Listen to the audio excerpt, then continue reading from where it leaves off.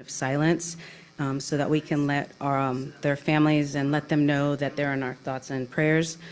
So if we can have a moment of silence, I'd greatly appreciate it.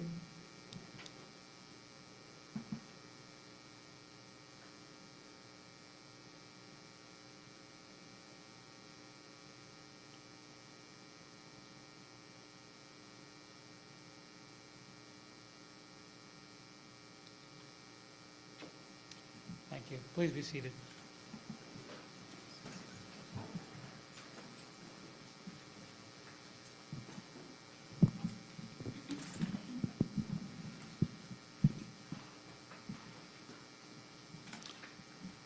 Okay, thank you for that, Trustee Andrade. It's an unspeakably difficult time for those families. We'll move on now to the introductions. If Trustee Altman would kick us off here, please. Welcome, everyone. Nancy Altman, trustee, the Area 1. Good evening, Jennifer Marquez, trustee and clerk. Good evening, Sarah Northrop Gaddis, trustee and board vice president. Good evening again. Thank you for joining us. John Horner, trustee and board president. Good evening, Carmen Garcia, Superintendent. I'd like to address our Spanish-speaking community. Miembros de la comunidad, tenemos traducción simultánea. Por favor, hagan clic en el icono del mundo debajo de la pantalla. Gracias por estar con nosotros. Good evening, happy Friday, Junior. Veronica Andrade, trustee, Area 7. Trustee, Area 6. Good evening. Good evening. Buenas noches. My little dot. Oh, there you go. Good evening. Buenas noches. Diana Jimenez, Assistant Superintendent of Educational Services. Good evening. Cabrera Chang, Assistant Superintendent for Business. Hello, everyone. I'm Diana Taveras, Assistant Superintendent and Resources. Thank you all, and thank you again to everyone joining us in the room and remotely by Zoom. Move on to item D, adoption of the agenda. Do we have a motion to adopt the agenda? Thank you, Trustee Munson. Do we have a second? Thank you, Trustee Altman. All in favor, please say aye. Aye. Any opposed or abstaining? Okay, that passes by 6 votes. Trustee Gardner is unable to join us this evening. On to item E, closed session action report. We have nothing to report from closed session. And item F, public comment, we'll move on to. Members of the public may address the board on topics not listed on the agenda. However, the board may not discuss issues raised which are not listed on the agenda. Topics not on the agenda brought to the board's attention may be investigated by administration or report made to the board publicly or privately at a future meeting. Comments shall not exceed 3 minutes per person. I see we have 2 requests, one from Laura N. Sorry, I don't have a last name on Zoom. Is Laura available? Yes, I'm here. Hello? Hello? Hello? Did you say hello again? Hello? Okay, good. Yes, Hello? we have you. Please go ahead. Hello? Yeah, so the last meeting that I listened into, I was really upset and disturbed. You guys, your job is to educate the children. And, the test scores come out and, only 34 or something % of the kids are actually proficient. That's a big F. Okay, so you guys are failing. The biggest shocking thing is that it's not even on the agenda. What's on the agenda? You're supposed to be educating children, not whatever you're doing. And, you want to know if you can get teachers by doing workforce housing and things. The teachers were at that meeting a couple months ago, and they screamed at the top of their lungs. They said, our class sizes are too big, 36 to 1, 36 to 1. And you think, oh, that's not true. Oh, really? My granddaughter's in one of those classes. She doesn't like school anymore. She doesn't like school because there's so many kids in there. It's so disruptive and she can't learn. So you're failing, okay? And we are noticing it. We're noticing it, and we're going to start talking about it. John Horner, why in the world would you hire this superintendent who ran San Marcos into the ground school district? Why in the hell would you do that? Yeah, so I had a couple things to say. If you want to know what the teachers need, then they correlated that with the low test scores. They said we cannot teach, and it correlates with low test scores. And you want to know how to drive a community in the ground, have low test scores. Who wants to buy a house in this community? And if you want more tax dollars, well, you better get people who want to buy houses in this community.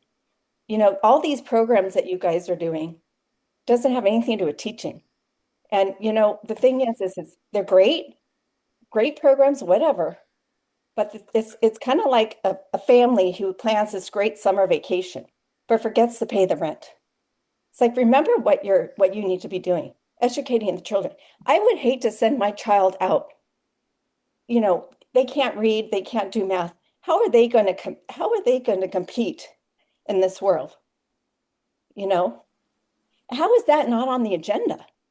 And then there's a couple of board members that, you know, don't want to be polling, you know, spend $500,000 on polls, you know, to start polling people if we can pass another bond measure.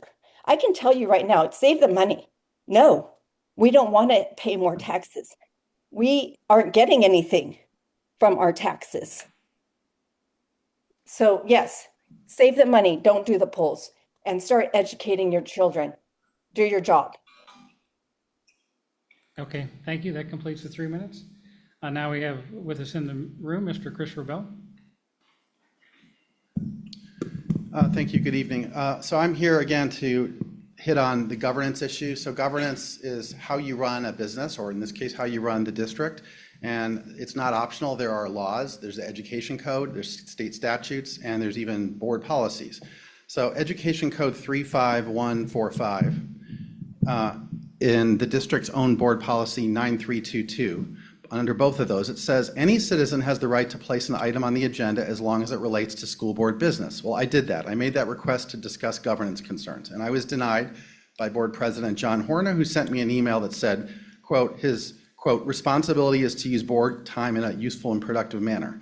But denying a 15-minute or 10-minute agenda item that I wanted to talk about on governance issues, which are pretty well thought out, I'm not perfect, but I think I got most of the issues down, especially given it's the law and it's about transparency, is not unreasonable.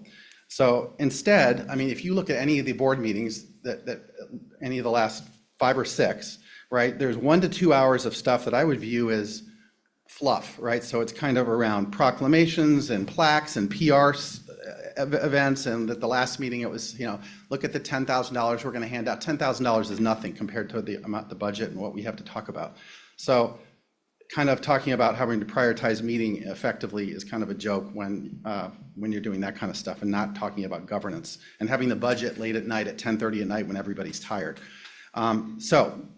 Anyway, so the concerns I want to talk about are not abstract, they're ongoing. So lack of visibility into expenses, ignoring the requirement to provide a warrant register, and so that people have, the public and the board has visibility as required by the Education Code to expenses. That's supposed to be on the board agenda every week. It's not. I sent you an email on that. Failure to respond to public records requests on a timely manner, 10 days. That's when they're supposed to get status on that. Refusal to engage directly with concerned members of the public. Trustee Northrop Gaddis does not engage with the public, and others don't either.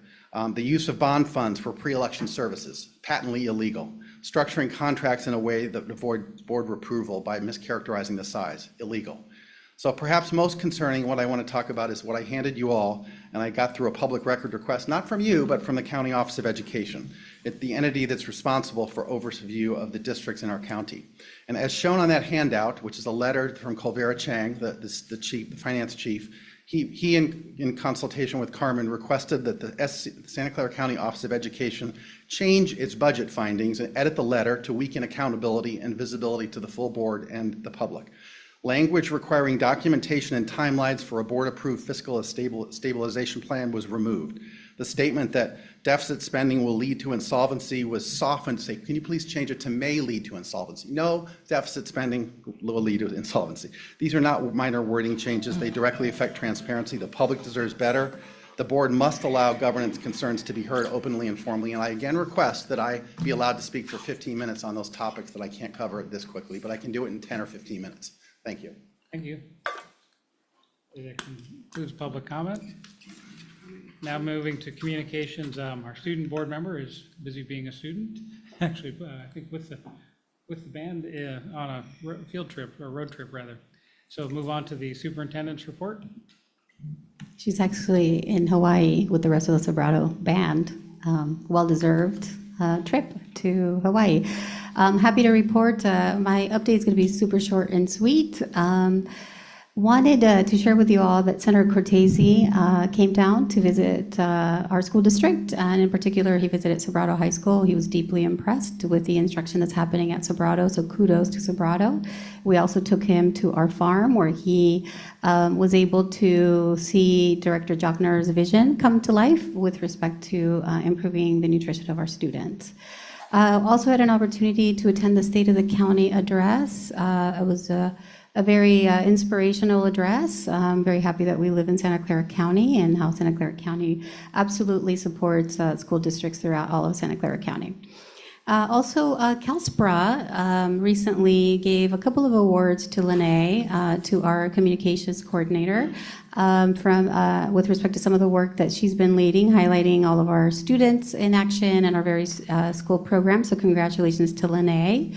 Also visited Sobrato High School, where it's always incredible to see our students in action. There are some images there. We had a board superintendent visit at Central, where Principal Alvarez was able to give a tour to the trustees here present on what's going on at Central and updates about Central. Also attended the Rotary Secondary Student Awards, and I want to thank the principals present and all of our students who won those very prestigious awards. Thank you all for your collective hard work. I'm the chair of the South County Youth Task Force, and so had a meeting where, if you are not familiar with the South County Youth Task Force, it's where the school district in Gilroy, our school district, the city of Gilroy, our city, the county supervisor, the chiefs of police, and all of the alphabet soup agencies in the county come together to devise plans to support all of our youth in South County, and especially how do we engage our youth to be successful. Also, I'm on the board for SEAC, and I had an opportunity to go to Sacramento to advocate on behalf of all of our school districts in California, in particular talking to legislators, state assembly people. Give myself 3 minutes.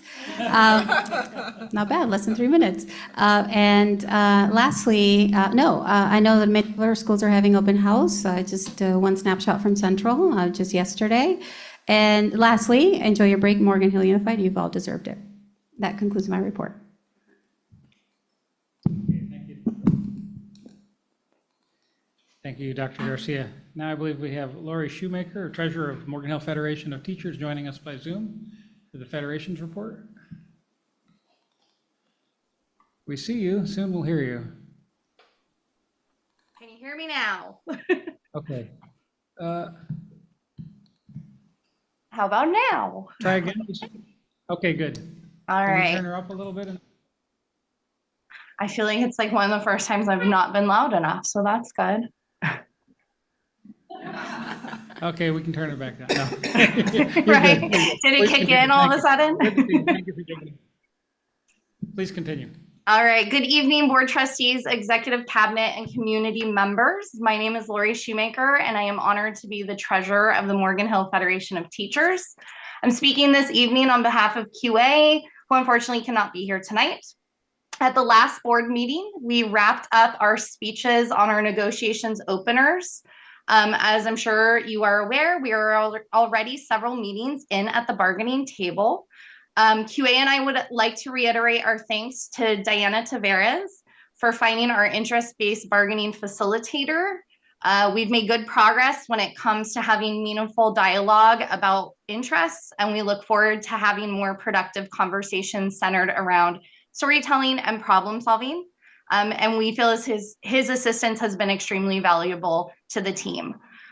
Just wishing you all productive conversations around school data this evening at your theme study session, as well as a restful spring break to the student, staff, and community of Morgan Hill Unified School District. Thank you.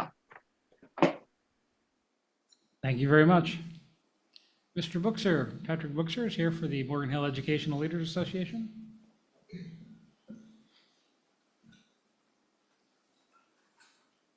Good evening, everybody. Thank you for the opportunity to speak tonight.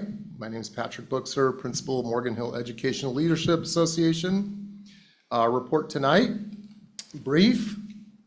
You have many of our schools finishing up our LPAC testing, and a huge thank you to our teacher facilitators of all the different schools and our community liaisons.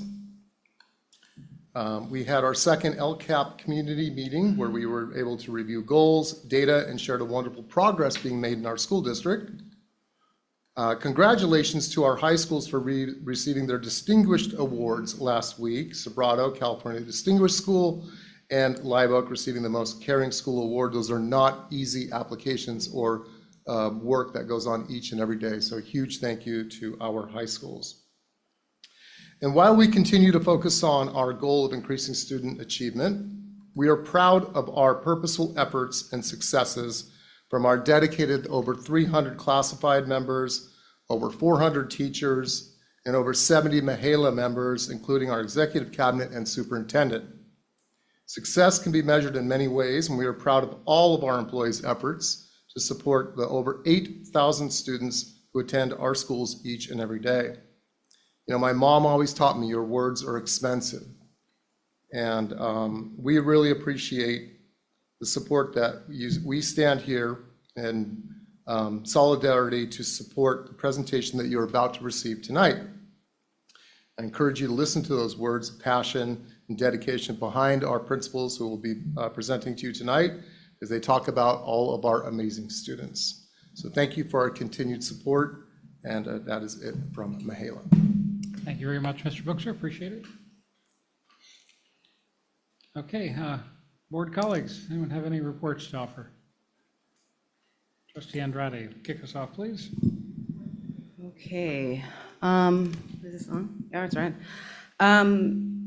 So I just wanted to acknowledge the Sobrato faculty, staff, and administrators. It's been a rough 2 weeks. I was actually on campus yesterday, and you could feel it. And I know there's just a lot of caregiving and pouring from empty cups right now. As teachers, we're kind of, as educators, we're burnt. And so really happy for spring break. So our staff, faculty, and admin can rest. But just some of the things that I've observed recently, and as we talk about data tonight, it's really easy. You know, I think about like how we started in education, and you're excited, you're idealist, and you're like, I could change everything. I'm going to do this. In 5 years, I'm going to open up a school. I'm going to do all these things. But it's really, really hard to fix a problem when you don't understand it from multiple points of view. And there's just, you got to be in the trenches. So with that, I'm going to plug, we're hiring for substitutes. So the best way to understand a problem is to get in the classroom. Please substitute for 30 days. Let us know how you feel at the end of the day. But also, as we talk about data, and we talk just about learning and cognition, executive functioning, emotional regulation, I feel like this is this is required reading for every parent in our district, every educator in our district. This book came out 2 years ago. It's called The Anxious Generation, and it's how the great rewiring of childhood is causing an epidemic of mental illness. But what the author really does is he's got a lot of data that supports how this impacts student learning. And just in speaking with some students yesterday, you could just tell that the screen, the social media, everything is weighing on them, right? And I would not want to trade places with a teenager today. And so I would encourage everyone to really, if you don't like books, this is on audio. It really will change the way you look at a child with an iPad, and it changes the way you really see things in public. And so again, it's the anxious generation. Please, please, please read this. It will give you a lot of context and what our teachers are observing, our administrators are dealing with. And so that's what I wanted to speak about. So thank you. Thank you very much. Trustee Altman? Trustee Andrade, when I started teaching, I wasn't all optimistic. Mike? It is on. It's just not Maybe working. try the other one. I'll use cameras. I don't think she'll mind.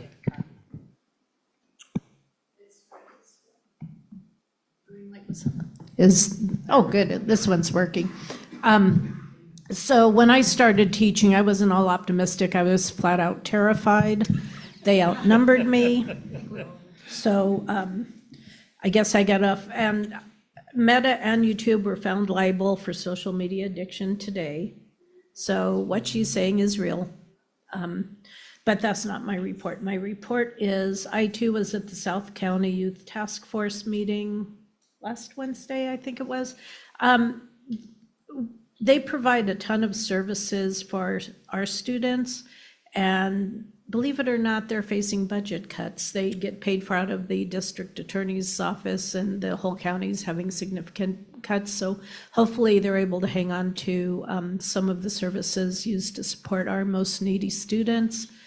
And yesterday I attended virtually a Zoom meeting on supporting our students and helping them save in times of raids. And they had some really interesting ideas that were presented, among other things. It was leveraging the supports we have at our school, our care counselors, our community liaisons, and some interesting thoughts like having walking pools where kids would walk together. It's really hard to learn when you're terrified. I think that's pretty well established. And so it's just ways to help students feel safer. And because I really hate webinars, I'll admit it. So today I went to one put on by EdSource talking about my favorite subject, which is special education. Their ultimate decision was we need to just blow it up and start again, but they won't let us. But talking about how, a few things about it, since it really has a heavy impact on our budget. Legally, 40% of the extra cost of educating special needs students is supposed to be covered by the federal government, and historically it's been about 16% and continues to be so. However, there is more funding happening to the SELPAs now, which that's actually one area where California is trying to support. California can't make up the gap, but it was pretty interesting looking at ways to fix things that really seem federally regulated and badly broken.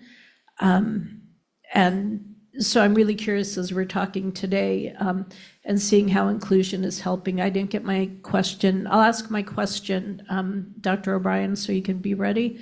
I'm just wondering what supports are being used for students who lack basic skills when they're in inclusion classes, and how are they accessing their education without those basic skills, without really putting massive strains on the teaching staff. And that will be it.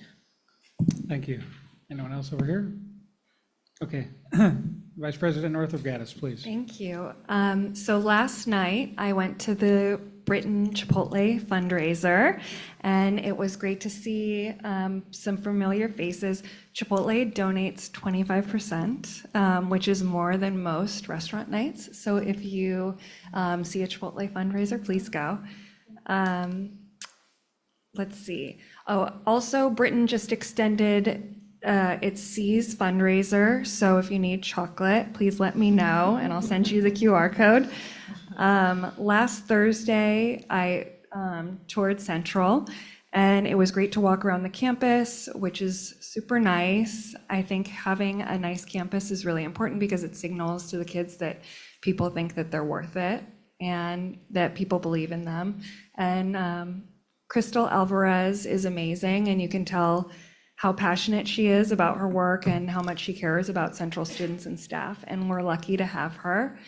And then on Monday, I went to the Morgan Hill Education Foundation meeting, and something really great that they're doing is providing infrastructure for a group of students who created the Marissa Di Napoli Scholarship that they're currently fundraising for, and they want to present scholarships on her birthday, May 14th. So, and that's my report. Very good, thank you. Yeah. Sorry. I apologize, I didn't get involved in too much this last week. It was quite a full week for me, the past couple of weeks.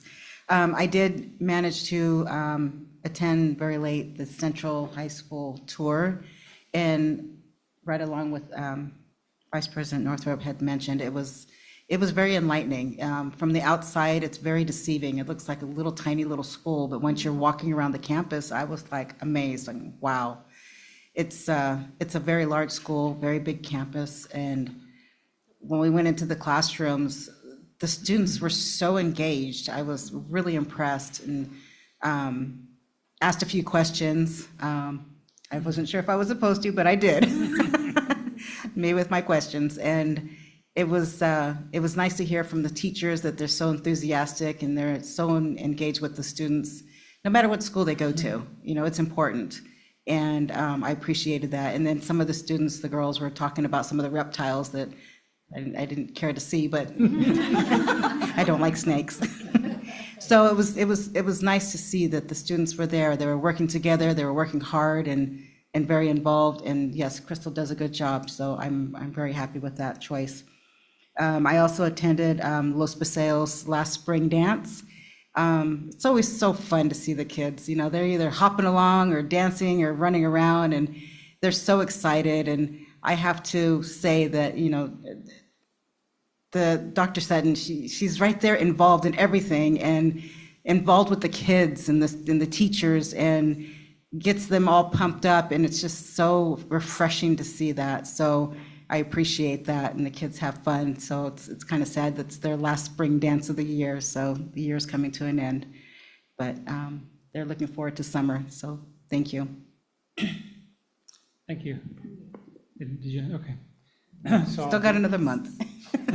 I'm sorry, can I add one more thing? This Sunday, there is a fundraiser for Kaylee at the Boys and Girls Club on Crest Avenue to help the family with funeral expenses. So if it starts at noon, there's going to be food. So please stop by. And I believe a GoFundMe got emailed out to parents from Lene. So that's it. Thank you very much. Yeah. Okay, there's a few items to report for myself. I've also got to join the Central Tour. It's always great having a chance to visit our schools and see things up close and personal, and I concur with my colleagues there. Also attended the Paradise Valley Academic Awards. Just another wonderful time to see families and staff celebrating the students. I'm sorry I haven't gotten to all of them. Like I say, with 14 sites, I get to as much as I can, which keeps me busy. But so if I don't mention your school, I'll be at the next thing. I really will try. Live Oak, drama production, the drama club there, just kind of in a rebuild phase.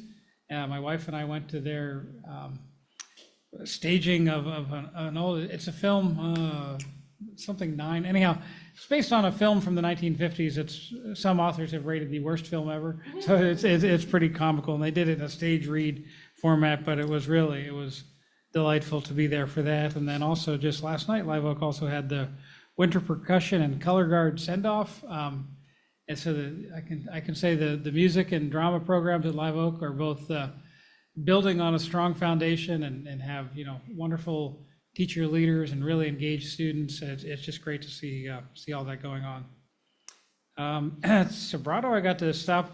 The jazz band did a performance over lunch, which was really, really delightful to see, and also had a conversation with the creative writing teacher there that's leading to the Education Foundation, trying to find some way if we can be helpful in highlighting our what I'm calling our quiet ones. Or so often the students that get attention, maybe they're in sports or in the band or on stage, some of the other things I mentioned. But our students where their superpower and interest is writing and other things, they're often not out in front of people. So can we find a way to show attention and intention there? So that's a work in progress, but having some conversations with the library and others about, how can we have the community celebrate them as well? All of our students have things worth celebrating. So that was a chance meeting, just like there for a jazz band, and the librarian and the teacher's like, hey, did you see this ADHD is my superpower book that one of the students wrote, which is just fascinating. So you never know, what you'll bump into. Then moving to the Santa Clara County School Board Association, we had our legislative brunch. Big turnout from federal, state, and county legislators. Saturday, I don't know. It all runs together. But on a recent Saturday, so that was a long day and impactful, and particularly as both at the federal and state level, they're funding challenges that have such an impact on all the school districts like ourselves. Very important. We had between 80 and 100 people in attendance there. It was a packed room up at the Fremont Union High School office, which the Fremont Union High School is in Sunnyvale. Just don't go to the wrong place if you're looking for it, but that was meaningful. And then also through the association's Success Committee, which is about trying to better understand and serve our housing challenged students, our homeless students, Bikini-Vento for those in the business. So we met with Santa Clara County's group that does Section 8 vouchers, and just kind of trying to understand how that's all working and what isn't working and how there's not enough of anything. And then also we had them at our association evening meeting last night to talk more about all the issues when somebody needs housing. I mean, we have situations where a student in Gilroy has been housed in Sunnyvale, and a student from Sunnyvale has been housed in Gilroy, because that's what was available, when it happened. And then every school district under federal law has an obligation to get that kid to school. Not easy to do, so continue to talk with the people that manage that.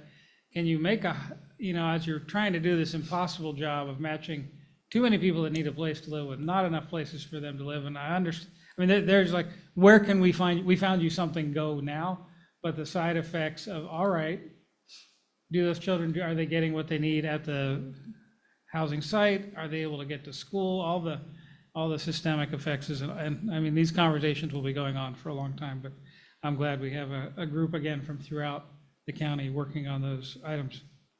And thank you, that completes my report. So our next item is G4, calendar of upcoming events that is posted for your perusal, both board events and it is open house season, so there are open houses going on everywhere, and I'm sure we'll be to as many of them as we can make it to. So that completes communications. We're now on H1, our main theme study session, but we have one request for public comment from Mr. Robel. So Mr. Robel, on this item. Yes, so thank you. So I had sent all of the trustees something that I think is the most important, right? Anecdotal stories and individual case studies of one person, Quinn, as you call him, to me isn't as meaningful as aggregate data. I'm kind of a data-driven guy, if you haven't figured that out. So I look at the CASPP results, right? And I sent this, and it's available online for anybody, California Department of Education. And third grade English language literacy scores in 2021-22 for Morgan Hill, 47% of the people were meeting or exceeding. Fast forward 3 years to 2024-25, it's 37%, so down 10 percentage points. That's horrible, right? And the state average, and I compared it to the state and the county. So the county was at 61 and it went to 54, not good, it declined, right? 7, which is not good, but we went down 10, and starting from a much lower base. And the state of California went from 47, also dismal, worse than Mississippi, right? Even Matt Mahan's talking about that. from 47% down to 44. So not down, but down 3 percentage points. So we are way worse than the state, way worse than the county, both in terms of absolute score and in terms of the rate of decline in the last 3 years.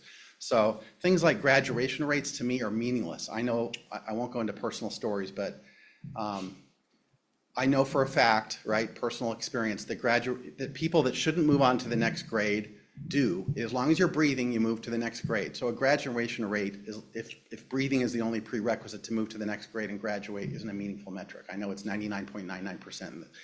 That one doesn't matter. The ones that matter are reading, English literacy, math, science. Those are the ones that matter. And maybe there's some underlying things that you need to make those people successful, and I get that, but that it should all start from that, right? And I respectfully request that when you're looking, and I can go through math as well, and the math one's similar trend, but you guys get the point. The rate is, in the last 3 years, roughly, and since Dr. Garcia came on board, it's gotten way worse. It's way worse in the state, way worse in the county, and the rate of decline is way worse. And individual stories are anecdotal. Thank you. Oh, and and getting rid, and then the most important thing is in the budget, getting rid of 8 teachers, right? That's inexcusable. When you look at the percent of the overall budget that's teachers, it's less than 30%, according to the school accountability report card, less than 30%. And then you're getting rid of, the majority of your cuts are teachers. That's insane. The teachers protect the kids, everything in the classroom should stay. Stuff in the district office, things that are, buildings are not as important as people. We don't need more buildings, we don't need more bonds are buildings, parcel taxes are people.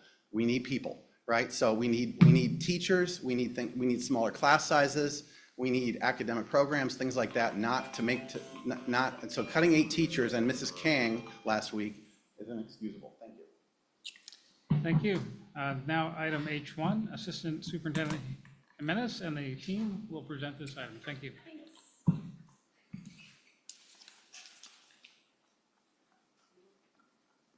Thank you so much.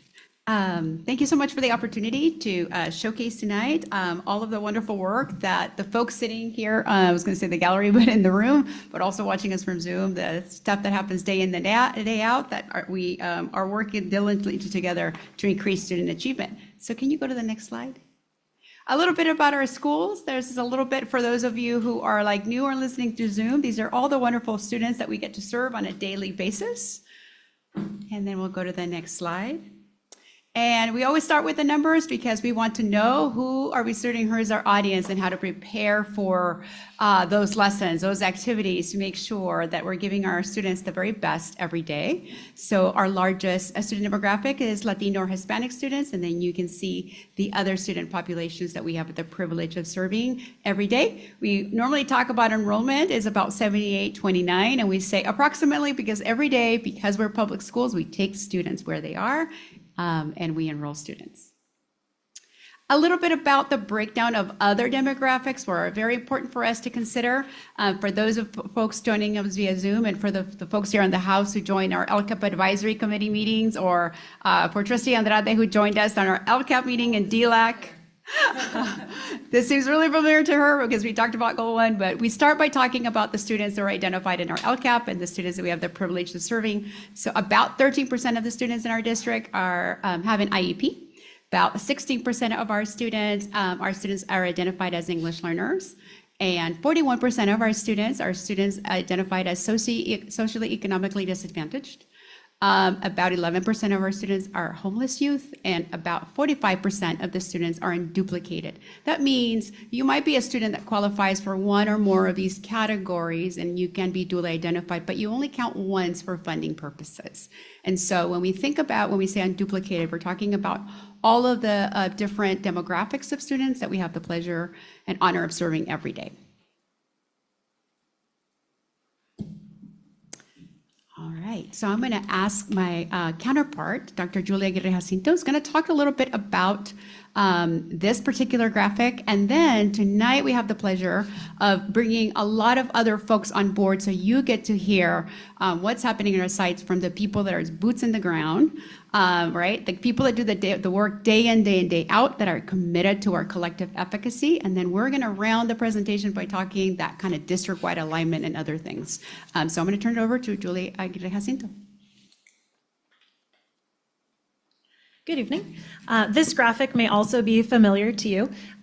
While it's a flat two-dimensional shape, when we think about it, we actually think about it in 3 dimensions, and the third dimension would be social-emotional. And so we're looking at how do we organize our supports and services and resources and instruction for our students. And all of our students, regardless of their identification, receive universal instruction and supports. And that meets the needs of about 80 to 90% of our students. And that includes our students identified as English learners, students with IEPs, students with 504s. Everyone gets universal instruction. For students whose needs are not met in that initial universal instruction, we add some additional supports, and they could be academic or behavioral. And those supports usually meet about 5 to 10% of our students' needs. And that might be small group instruction, it might be pull out, push in, all sorts of different types of activities that we have depending on the students' areas of need. And it's usually in a small group setting.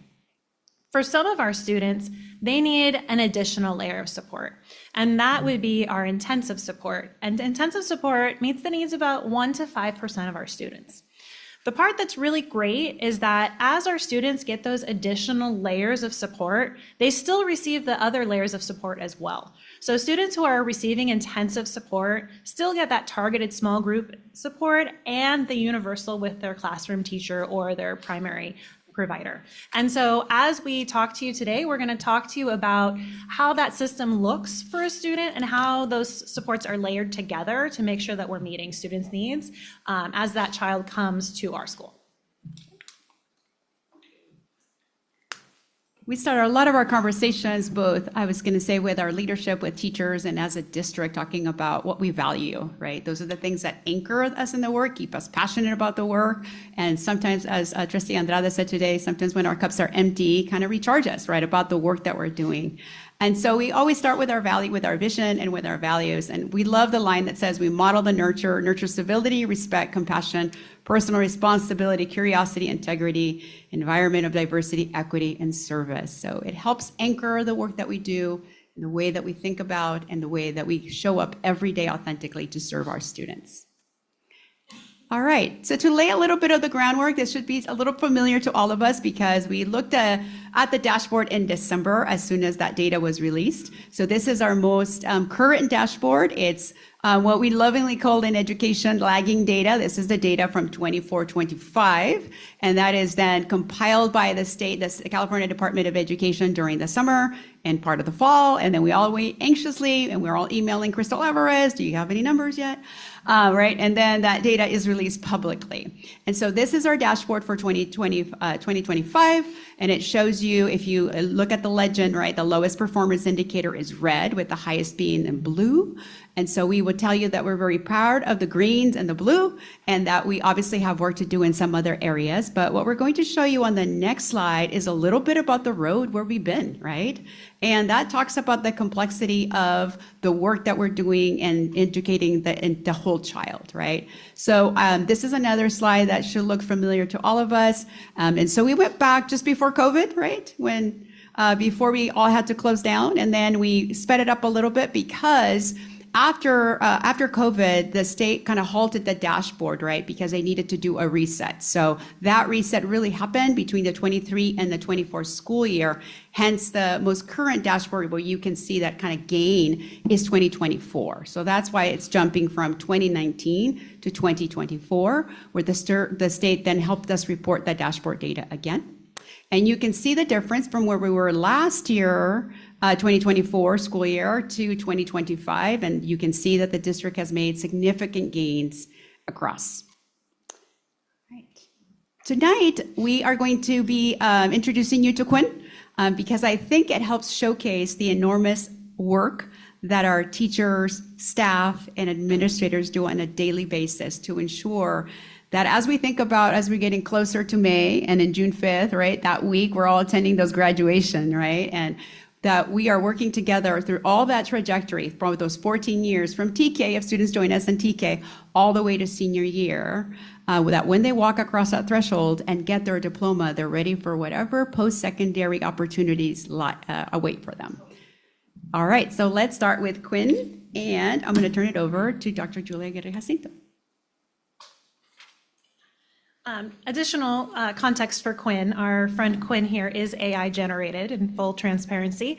And also we wanted to personify the data a little bit. We know when we come for the LCAT presentations and the dashboard presentations, they're very data heavy. And for our theme study sessions, we want to make them a little more engaging and personable. So we are going to travel through Quinn's school experience, starting with when he first enrolls in school. So when Quinn first comes to school, he has a home language other than English. And because he's young, he's still learning proficiency in his home language as well as in English. He is beginning his first formal schooling in first grade. So that's his first time that he's been enrolled. And he has a 2-parent home, and his parents have multiple jobs, and they really value education. And so that's what we know about Quinn when he shows up at our school. And I am going to turn it over to our Los Paseos team, who is going to share a little bit about what happens for Quinn and his family when they come to our elementary schools. And the Los Paseos team will introduce themselves as they each come up to speak. Can I just add really quickly? I love how you're contextualizing data. This is what you're supposed to do when you speak publicly, just something that I teach. You're supposed to contextualize the data with a story, data story. So just thank you for that, yeah, thank you. Much appreciated.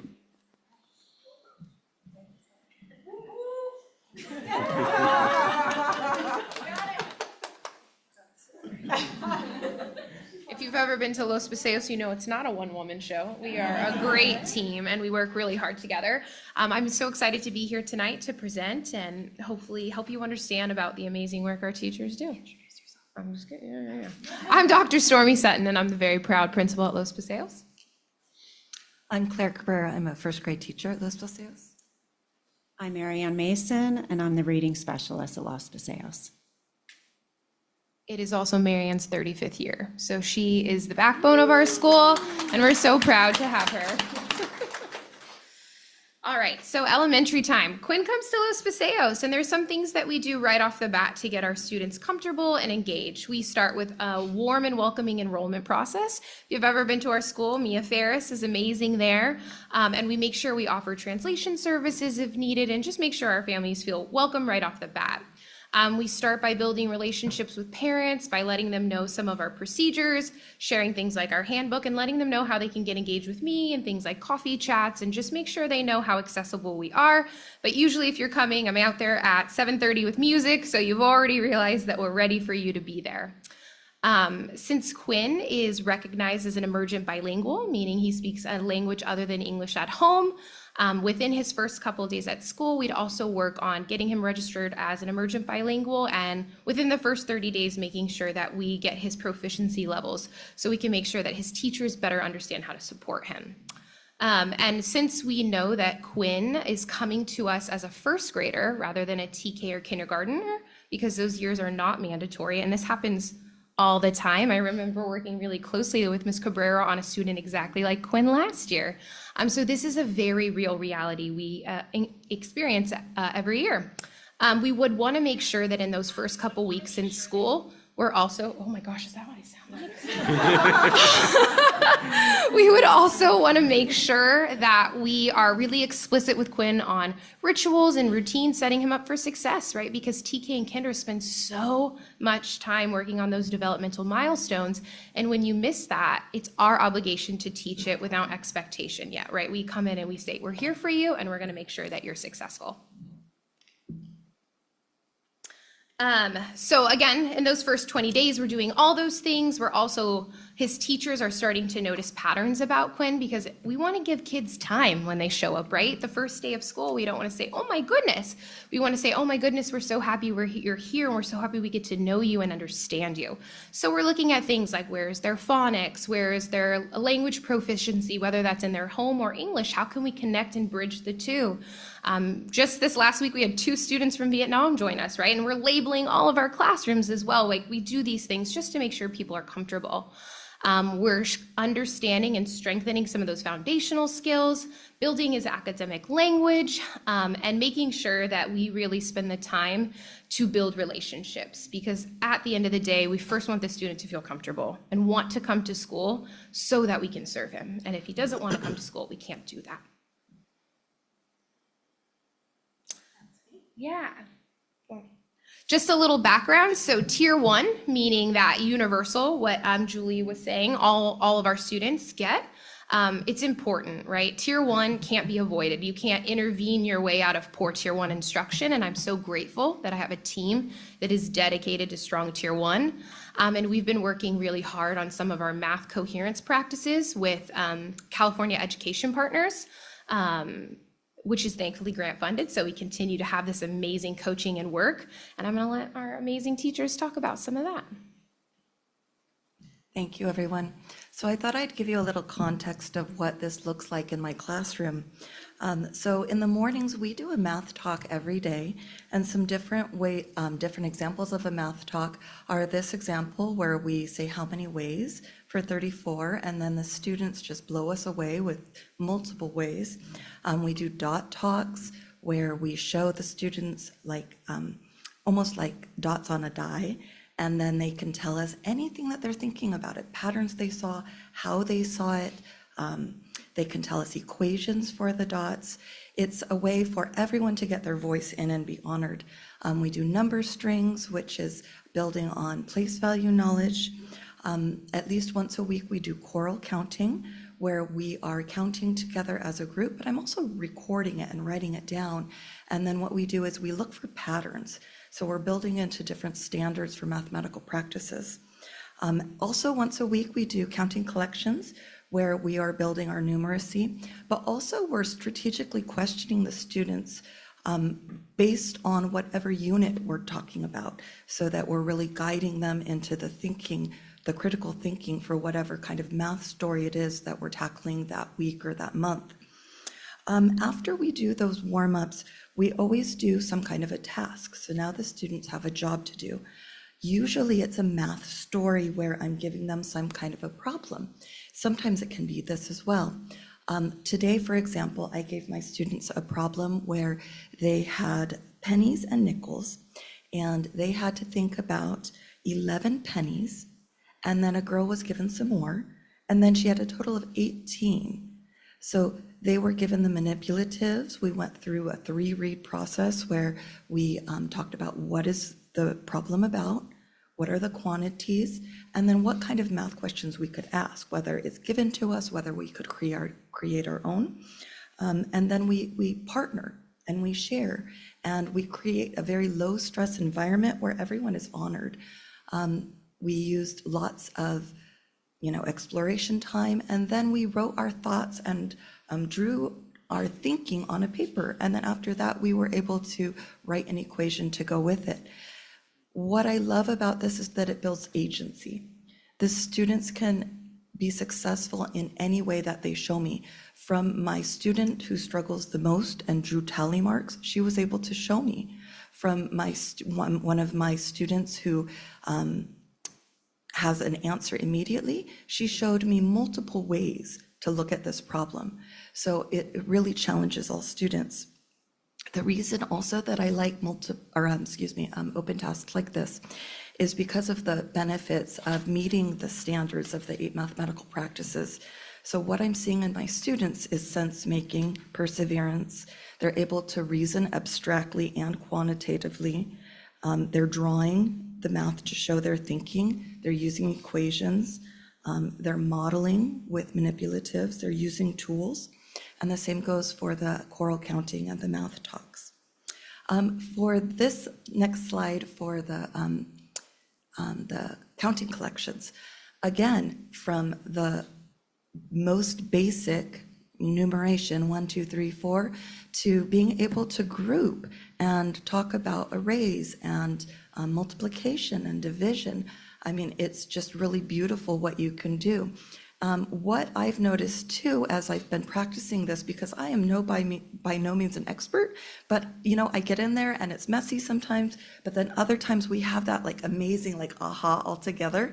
We do fish bowls, we call the class over and we say, wow, look at this, you're gonna wanna see this. And then everyone's super excited about sharing their thinking, their strategy. It's not about finding that one correct number, even though that is part of it, but finding, this camaraderie where we are learning together is really exciting. What I love too is after you do all of this work, you can take this and create the common formative assessment where I'm able to see exactly where my students are at. So for example, one of the common formative assessments, or CFA, that I did recently after one of the kinder teachers had come on alongside me and supported me, we had been looking at how to get our first graders to move from counting in ones to knowing that that's a group of 10 and they don't have to recount it. And so she was able to really model some really critical thinking questions for me that then I used with my students. And then in a math story where the students had to take crates of apples and figure out, it was like if there are 7 crates of apples and there are 10 apples in each crate, and then another 4 apples. I mean, this is high level, and the students were successful. So, and they're 6 and 7, yes. And that's another thing, is it blows me away when you don't limit them what they can do. So I'm going to turn it back over to Dr. Sutton. Thank you. Thank you, Claire, and Claire is very humble. But another really big piece of that tier 1 that makes us really strong too is that teacher collaboration. Our teachers use their PLC time really productively to serve, to look at data, to formulate and create these common formative assessments so that our instruction is based on real life data that happens all the time. As we just discussed, right? Some of this big picture data, we get a year in the rear. It's not productive to the kids that are in front of us right now, and it's vital that we're constantly looking at what they're doing so we can better teach them. Do I have to say next slide? So that's a little bit about what we're doing in math. But we wanted to build the bridge to and show. So we have these strong universal tier 1 practices, not just in math and ELA, and hopefully you can see how those things really benefit Quinn, especially when we're doing open tasks that are so language driven, but have these great entry points for all students. So regardless of where he's coming in, he can enter that math task. But like Julie was saying, some of our students need a higher level of support. And so we move to some of our targeted systems. And that's where our incredible reading interventionist comes in, and I'll let her share a little bit about that. Wow. Okay, reading intervention at Los Paseos. Well, what is it? It's a targeted small group instruction designed to meet students exactly where they are. We use research-based approaches to explicitly teach all those foundational skills. What does it look like? Well, it's small groups of 3 to 4. Most students get a daily session, some 4, depending on, because of the minimum day on Wednesdays. You'll see kids, probably one of the things they like the most is the multisensory activities we do. Every day they walk in, are we doing sound today? No, we've already done that for 3 days. Now we're gonna do a blending board. We're gonna do something else. But they love coming, they love learning. We use research-based programs like IMSI, which is Orton Gillingham, and then my para uses UFly. Also, let's see what else. All our lessons are carefully scaffolded and they respond to the student needs. So looking at a student like Quinn, we're going to use multiple measures to decide whether he would be a good candidate for our program. We're going to look at his iReady assessment, his Literably, and then all the reading teachers at this district, we all use Core Phonics. So then I would bring him in and provide that assessment for him. From there, we'd also go to the teacher and ask her input if he would be a good candidate for this program. So I'm looking at Quinn. He could probably be a great candidate to work with me. As we go through our lessons, one of the things we do every Friday is probably the most important piece, and that is the progress monitoring. So every Friday we do an assessment, and I look at those assessments carefully, and that assessment will drive my next week's instruction. So did this student understand, I don't know, S-blends, whatever that is? Do I need to reteach that to him? So that's what we're doing during the week. As far as connecting to the classroom, we only pull the students out for about 30 to 35 minutes because we want it short, intensive instruction so we can get them right back into the universal classroom. We also, and since he's a first grader, I feel like he would be a really good candidate. We really want to get these students at an early age because the research shows that early intervention is the key. So the groups that we serve at Los Paseos are mainly kindergarten through second. I do have one third grade group. Strong reading is the foundational school skills for all readers, and we are setting students up for a long-term academic success in reading intervention.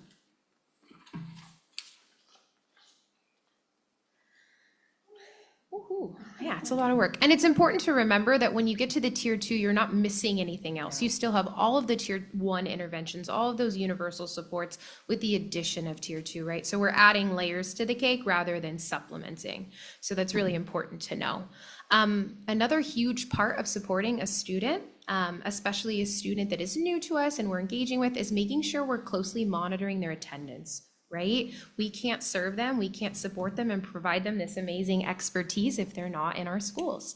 So for the tier 1 and tier 2, we're monitoring attendance regularly, and we have great staff that does that.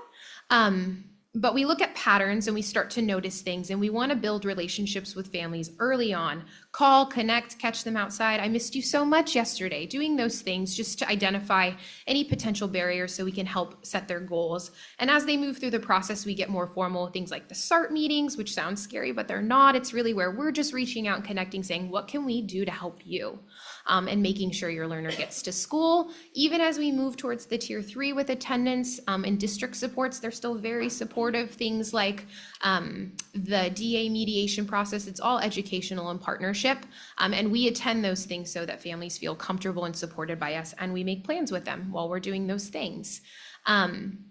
And they help us maintain those strong bonds with parents, and they realize that they can trust us and that we're really just there to say, we're happy you're here. That's literally what my tardy slips say. We're happy you're here, because that's how we feel.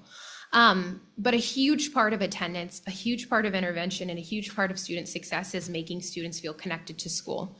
So we do a lot of those things and spend a lot of our dollars to make sure students feel successful. What you can see in some of these slides, if you look all the way to the right, that's a group of 20 of my students and families at the Pinnacles, getting park experience, hiking and caving with teachers on the weekends that give up their weekends to create these environments. We also have our annual family camp out coming, right? We try to connect with families in all levels so that they know they can come to us in any situation. We pay a company to come with us so that we have structured sports and activities and games every single lunch. We partner with our local community members, as you see from the farthest picture. Right now, our kids are all doing karate. Every single year, kids get 2 weeks of karate and a belt ceremony at the gym, right? We're making all these partnerships and connections because we never know what's going to get kids through the door, and we want them there so we can help them. And that's me playing basketball. Unfortunately, our March Madness game is on the 10th, and I will not be playing this year because I will be 2.5 weeks before my due date. And another huge part of supporting students like Quinn, right? It's so important when they get there not to rush to judgment, to give them time to just show us what they can do. And we don't want that to go on too long if we notice that they need more supports. And that's where something like the SST process comes in, which Ms. Mason also helps me with. Again, this is a team of a lot of people doing a lot of hard work, but we have what's called a student study team. And what that team does is we look at students individually, and we look at what their needs might be, whether it's learning, behavior, attendance, and we create focused goals for them, SMART goals specifically, and track interventions to support those things. And we have all different experts that join. We might have a wellness counselor join. We might have a different teacher leader join. We might have care join. They might bring different individuals from their family to join to provide us with a different experience. I might be there. It all depends on what that student's needs are to make sure we have the right people. And from there, we create these really targeted goals, and then we're meeting every 6 to 8 to 10 weeks to make sure that we are making data-driven decisions and not rushing to label students or potentially make harmful decisions about keeping them back, things like that. We do this process because kids don't learn in a line, right? They learn in a web. And so we know that as professional educators, and it's so important that we're tracking their progress and supporting them rather than holding them back or labeling them if they're showing us that they're struggling in one area. We want to build on their assets and continue to support them, especially if we're seeing growth. If we get to places where we see stagnance or interventions aren't working, there are other systems and testings available that give us a better picture. But we take our time because it's so important to apply interventions and make sure that we're looking at those common formative assessments and building as we go without making rash decisions that can impact a student's life forever. So how our SST process might support Quinn. Again, it's a great time for his parents and his teachers and his school staff to connect, better understand his strengths and challenges, right? Teachers bring the strengths and challenges, but so do parents. We learn a lot about students. Sometimes there are vast differences between home and schools, and sometimes they're exactly the same. But we learn in that process. We get to look at his reading progress, his language development, set baselines so we know what we're tracking, identify root causes of things, again, set those specific SMART goals, recognize his language as an asset and figure out how we can build on that, figure out opportunities for him to show us in his primary language. And again, it helps us avoid misidentifying students, which is so fundamental for me as a, I won't say ex because I still am a SPED teacher at heart, right? This is something that's so important to me to make sure that we're serving students and not rushing to anything that might impact them or might not be accurate. And building engagement, persistence, and strengthening our partnership with the family. All right, so after Quinn has experienced his education at Los Paseos, we have a little update for you.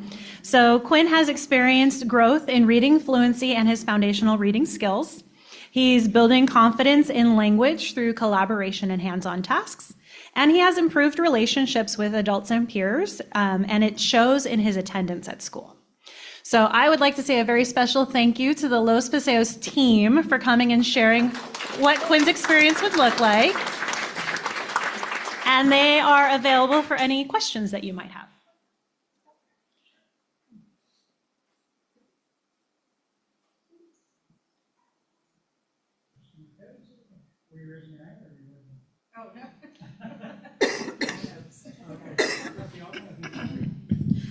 This isn't exactly for LP, but it's about LP. How standard is this type of experience across the district? If they went to SMG or to JAM, would it be a similar experience? Yeah, the systems level parts are standard in terms of the enrollment process, the community liaison supporting with enrollment, the student study team process, the reading intervention teachers. All of those systems level things are the same. The individual staff members obviously are different. And then some of the supplemental activities that Dr. Sutton was referring to in terms of like the karate and the basketball games and the hikes, those vary by school site because it depends on the community and the staff. No? So how was Los Paseos chosen to do this? That is an excellent question. Los Paseos was identified to do this because they have done a lot of work around the P3 math. Los Paseos and El Toro were the first two schools that started with the P3 math, and we wanted them to come speak to you about this investment that we're making in our early learning math, specifically around the open tasks and the counting collections and those kinds of things. So they're in officially their second year of that's cohort 1. Cohort 2 started this year, and so that is Jackson, Nordstrom, and Walsh. And then cohort 3 will start next year, and that will be Barrett, Paradise, and SMG. Thank you. And Mrs. Cabrera, I just want to say thank you for your patience, your passion, working with the students and all the students, all levels. So thank you. And also Mrs. Mason, your student studies team, you spend so much time with the students and you care. Thank you. Thank you. Trustee Altman and then Trustee Munson. A question about P3. Was it implemented going up by grade level or did it come in at P3? That's a great question. So we came in at P3.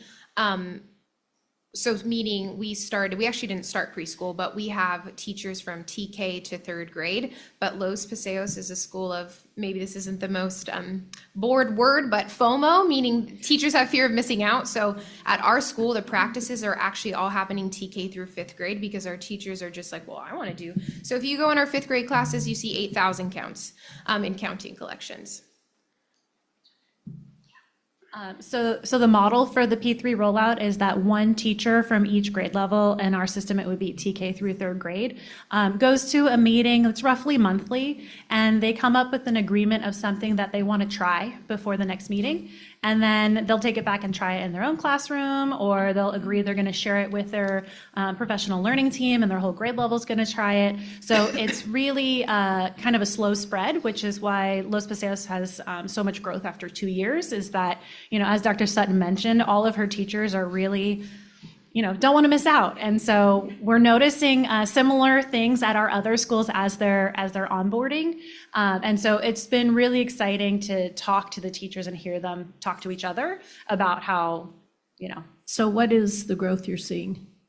So do you want to talk about what you've observed in this year's students I'm versus last year's? looking at DataQuest right now, so. Sure. So it's actually a little early to be seeing it in those types of data points, which is why I'm asking about the teachers' observations. What the teachers have shared is that their students, specifically in kinder and first grade, which won't show up on DataQuest, have significantly better number sense, and that they're able to articulate what it is they're doing, their different types of solutions, and they're also able to generate multiple types of solutions instead of just looking for a single answer. We've also had teachers report more perseverance in their students, that they don't think they have one answer and they're done. And so as this rolls up and our kinder students get it year over year, we're anticipating significant impact on our third grade scores, but it's a little early for that. Thank you. We'll go to Trustee Munson and then back. So it's hard to remove myself from being a teacher, because I heard everything you said as a teacher, not as just a normal person, and you guys are doing fabulous, and you can tell that you guys care, and you guys are doing the best that you can for the kiddos, because I taught first grade for a very long time, and math talks are so amazing to just see their learning. And so what you said, I was like, yes, I totally have experienced that. And so it sounds like it's working, and that you guys have great plans when a newcomer comes in, because we do get a lot of newcomers, and you guys are all dedicated and just amazing. Sounds really great. There, lots to say. Thank you very much. Trustee Marquez. So am I to understand this is focused on kindergarten to third grade?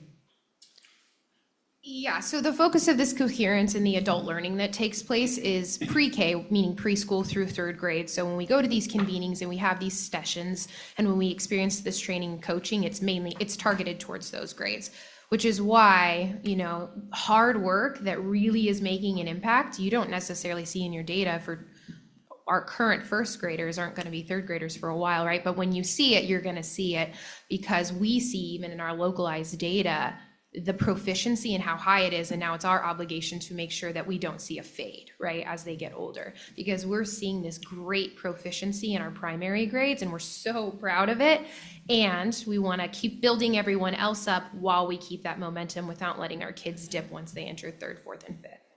So for the kids that are struggling a little bit in the third grade, and then they go on to fourth grade and above, what is happening with them? How are they being helped to make sure that they succeed going forward? So just to clarify, the grade levels that are supported by California Education Partners is P3, but all of our sites are implementing site-wide, just like Los Paseos. And so with the help of Cindy Wargocki, our math TOSA, we're actually running the open task math work site-wide at all of the sites that are currently participating. And in talking with Principal Bookser, he's actually looking at how he can make it go all the way to 8th grade. So our principals and their guiding coalitions are really taking on the charge to move towards this more hands-on approach to building mathematics understanding so that students really have that deep internalized knowledge of math and that they're not just plug and chug and try to get the answer. So while we say P3 because that's what the official initiative and grant are, in our district, our teachers and our sites are really taking it on site-wide. Thank you. Comment, thank you, that was great, because as you were mentioning, you were bringing in real money, like the pennies and all of that, and looking forward to when your first graders can count change back. That's gonna be great. It's gonna be, we bring it back, yeah. And we tell time too at our school. All right. Count those pennies while you still can. Okay, shall we move on to middle school, or are there any other burning questions? Seeing none, let's move on to middle school. Thank you.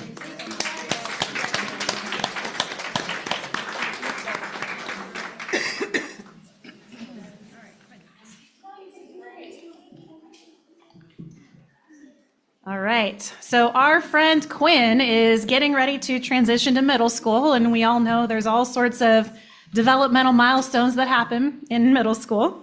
And so Quinn starts to have a shift in his learning experience. He's gone from having his one homeroom teacher to having multiple class periods. He's, has different kinds of expectations where now he's responsible for managing all his assignments and making sure he has his materials.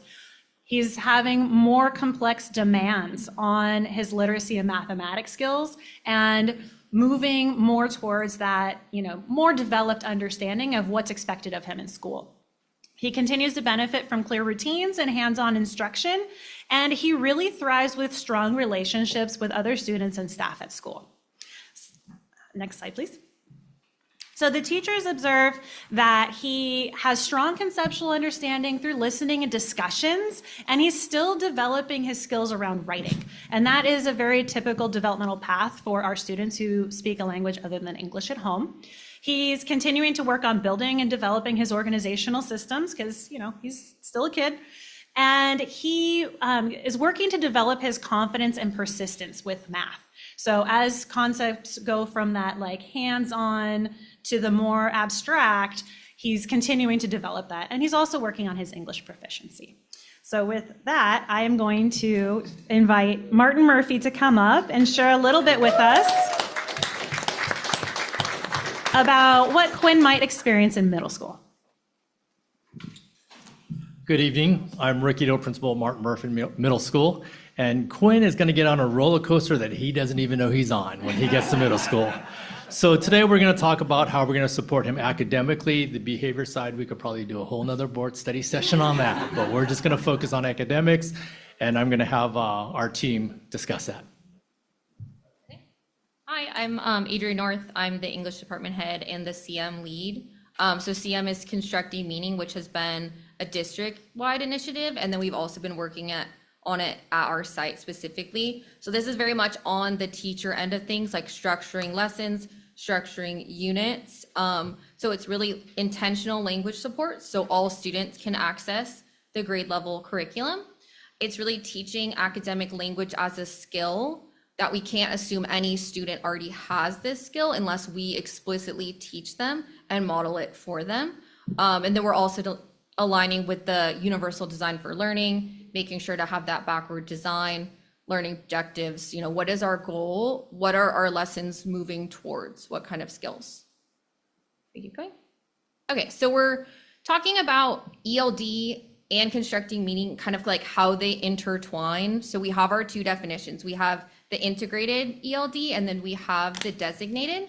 So the integrated ELD is the CM strategies, constructing meaning strategies in all content areas. So students are receiving integrated ELD across all contents, no matter what subject it is. And the strategies for constructing meaning can be used. They're supposed to be portable and very flexible across all of those different subjects. So if as a school, we did do this, we did a thing pair share where every department did this in their subject area, but with different content goals. The designated ELD is for our students. I don't know what level our friend Quinn is at, but if he has not yet redesignated, he would have a separate class that would support him with his English language development. For some students who are 3 or 4s, they're about to reclassify, they have that class, and then they also have their English class as well. So they're kind of receiving that double time, that extra exposure, that targeted language practice based on their current level. Okay, and then we have our pyramid. So we have our 4 modalities, and these are the main things that constructing meaning focuses on. These are also the 4 sections of the LPAC test. So we've got reading, writing, listening, and speaking.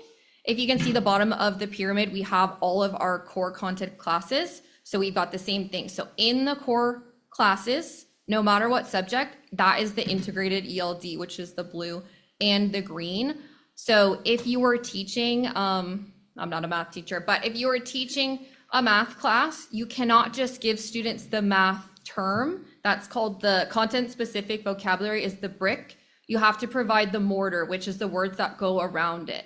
So if a student is doing a word problem, they also need to know, what am I being asked to do? What are the words that go around this word? And then also we need to expect kind of like a language goal with our content goal. So in history, I need the idea, I need the concept, but I also need to be able to express, can I compare and contrast? Can I state an opinion, right? And we can't assume that students know the correct way to do this, right? They've never experienced it. So we need to explicitly show them, this is the language that I'm looking for, and that we're looking for all students to produce language in some way. So if we're doing writing, right, all students are expected to produce this type of writing with the support. And we like to offer choice a lot of the time. So right now, my 8th graders, they're writing an essay, and they can choose one of the themes I've provided. So they can do shared humanity, or they can choose like identity as a strength. So one of the prompts is perhaps slightly more accessible, right? And I tell them, so this one, if this makes sense to you, this is what you should choose. But if you want to challenge our stronger students, I would choose this. I would tackle this one. You can also give, when you give the guided template or the sentence frames, you can have really simple ones. You can have ones that are very guided, and you can let students choose how much support do you need when you're working. Hi, my name is Sandra Pacheco. I'm an ELD teacher in Spanish at Martin Murphy, and thank you for having us here. For me, designated ELD supports students in constructing meaning by intentionally developing their language across the 4 domains, reading, speaking, writing, and listening. So in my classroom, I differentiate instructions based on the LPAC levels, and I use instructor supports like sentence frames. I use these wonderful flashcards that I always have the students, each student has one package of this. It includes 4 different things to build ideas. And we also use this student flipbook. It helps the students to create sentences. For example, for the speaking, students use frames like I think, and we have them here, I think, blank, and then because. And it's very useful for all my ELD students. In reading, they identify main ideas and cognate, root words, and repetition of words.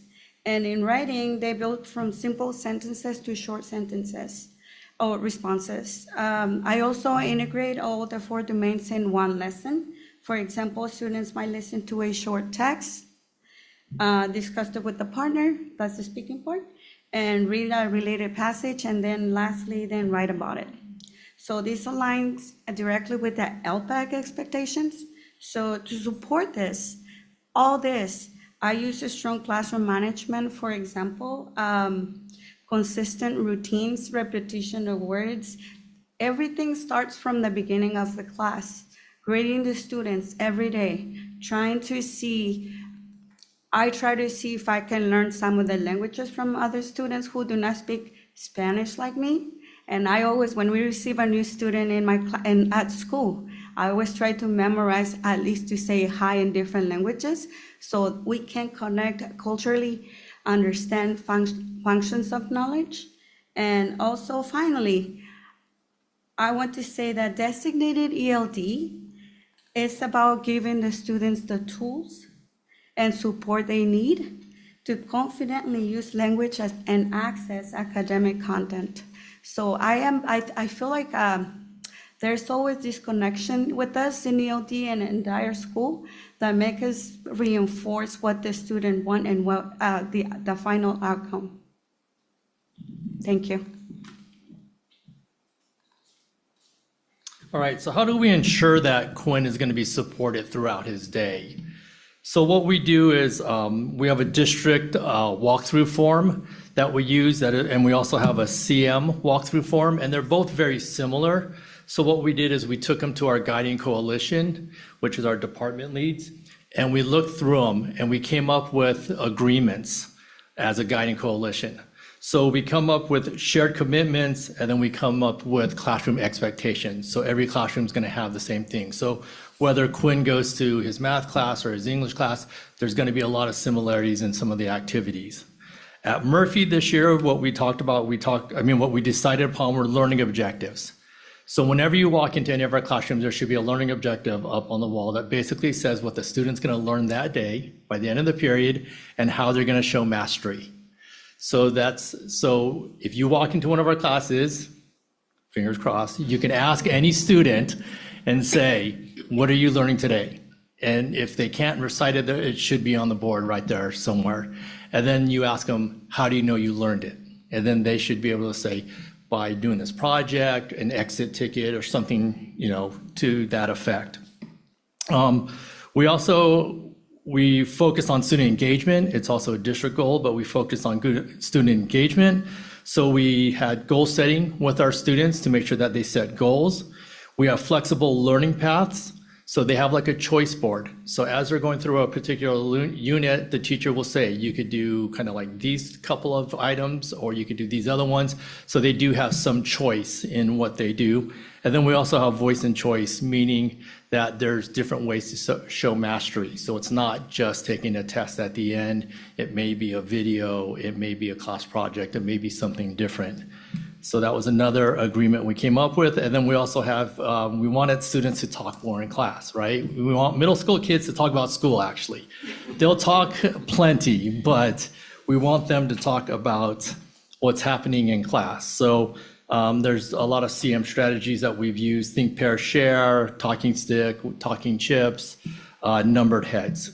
So those are the different activities that we should see in class as we walk through. So if Quinn, like I said, is in math and he uses the talking stick in science, and then he does it again in social studies, he should know, because it's across the board. What we do then is we do our walkthroughs. So the admin, usually Virginia and I, do most of the walkthroughs. But we do have our department chairs also go through and do walkthroughs. And after they do go through and we have a number of walkthroughs, we get together as a guiding coalition, and it's anonymous, and we just talk about what we saw in the classroom. So we saw this, we saw, strong learning objectives, we saw student talk, we saw different things. If there's an area that we feel like we're not doing a great job in, it's easy because the department chairs could talk about it in their own department if it's something. So it's teacher to teacher that are talking about ways to make improvements. If it's something that we feel like it's an all-school thing that we're seeing not enough talking in class or not enough choice, we'll bring it to a staff meeting, and then we'll do some kind of training as a whole staff and make sure that the entire staff understands, and we can support the teachers that way. And then as we go on, there's plenty of things on the walkthrough form or the CM form, so we could continue to add other strategies as we go along. Some departments are further along than other departments, so we let them run with it. Some are a little further behind, depending on staffing, so we let them adjust what they want to do. So in a couple of weeks, we're going to go through a CM training, and we're going to have our department chairs get together with a CM trainer, and they're going to bring a unit that they're going to be teaching soon, and the CM trainer is going to help them embed the CM strategies within that unit. And then the department chairs are going to all be there together, so then they could help each other, what strategies they're using when, and we could do that. And then after that happens, The department chairs are going to go back to their departments, and then they're going to do the exact same process with their departments. So I know it's the fourth quarter and it's at the end of the year, but we're gearing up to get this done. So then when we start next year, we're already in motion. So we feel like it's a good time to do it. So. All right, so Quinn has 3 short years in middle school, and during that time, he shows continued academic growth. He's improved his organizational skills and task management to get ready for high school. He has increased confidence in class discussions from those integrated ELD supports, and he has a stronger sense of belonging engagement through all of the relationships he's built on campus. But the big celebration is that through all of that designated ELD support, that he has been reclassified as fluent English proficient. And that is a huge celebration for Quinn because when he goes to high school, he now has more space in his schedule to participate in electives. All right, so I'm going to say a special thank you to our Martin Murphy staff. And they're available for questions. Collins? Mr. Marquez? Thank you for that presentation. I just want to say I learned something today. Principal Ito, he mentioned for the shared commitments and learning objectives, you know, they asked the question, what did you learn that day? Well, when I toured Central High School, I went into the history class and they had a question on the board and I asked the question and the instructor had explained it to me. So that's preparing the middle schoolers for high school. That's something that they're going to have to do in high school. So that's great. I'm really happy to see that. And Trustee Andrade, please. I came from a constructing meeting district 10 years ago, so it's really exciting to see that the work is still being done. You had mentioned previously, like there's a double class, right? That some students will take, that they'll take their main English class and then almost like a sheltered, I call it sheltered from San Jose, that's what they call it, right? So like a dual class. Is it with the same teacher or is it with a different teacher? So I'll field this question. So right now, Sandra is teaching it, so she is a different teacher, but she does check in. So we had a grade level meeting for the 8th grade. I think this was last week. And so she said, you know, what are you seeing from my students that I'm supporting? How are their scores? One of our shared students, right, he's got a B on a spelling test and a B on a reading comprehension quiz on the same day. So that's huge for a student who's been struggling in previous years. There has also been years, I thought, for 2 years where I had the same students in English and for ELD as well, for extra support. Thank you. And then just to add with the constructing meaning, I know Mr. Guilford still uses it at Central, I think. When I was there, he used to have the little flip charts on the table. But I just want to say for the non-educators that are on Zoom right now, constructing meaning, these sentence frames, they are so valuable for students. At the college level, we use a book, They Say, I Say, which is kind of woven into ERWC with a lot of sentence frames. So thank you. It's like this is the perfect foundation for that learning to take them to secondary and post-secondary. So thank you for all your efforts. Any other questions or comments? Okay, thank you. We're about 100 minutes into the meeting now, so I'm going to do as I usually do, around 90 minutes, call a short 5 to 10 minute break. Everybody can stretch, use the restroom, get a drink of water. So we'll reconvene by 7:50. Please do be back promptly.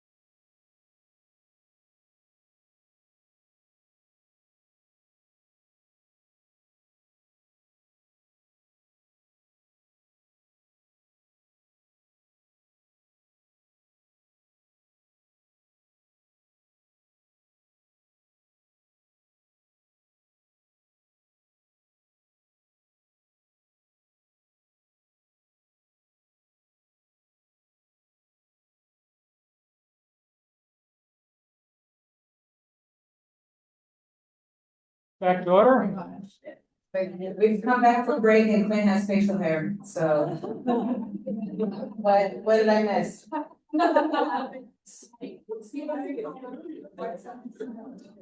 Right. One thing I do ask is Quinn, What is, we're getting a lot of, I think multiple mics are on. Yeah. if you're not using your mic, please turn it off. We're starting to get a lot of feedback in here.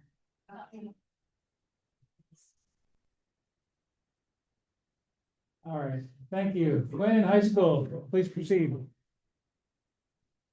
All right. We're still getting quite a bit of Ow. I'll try again. I'll try again.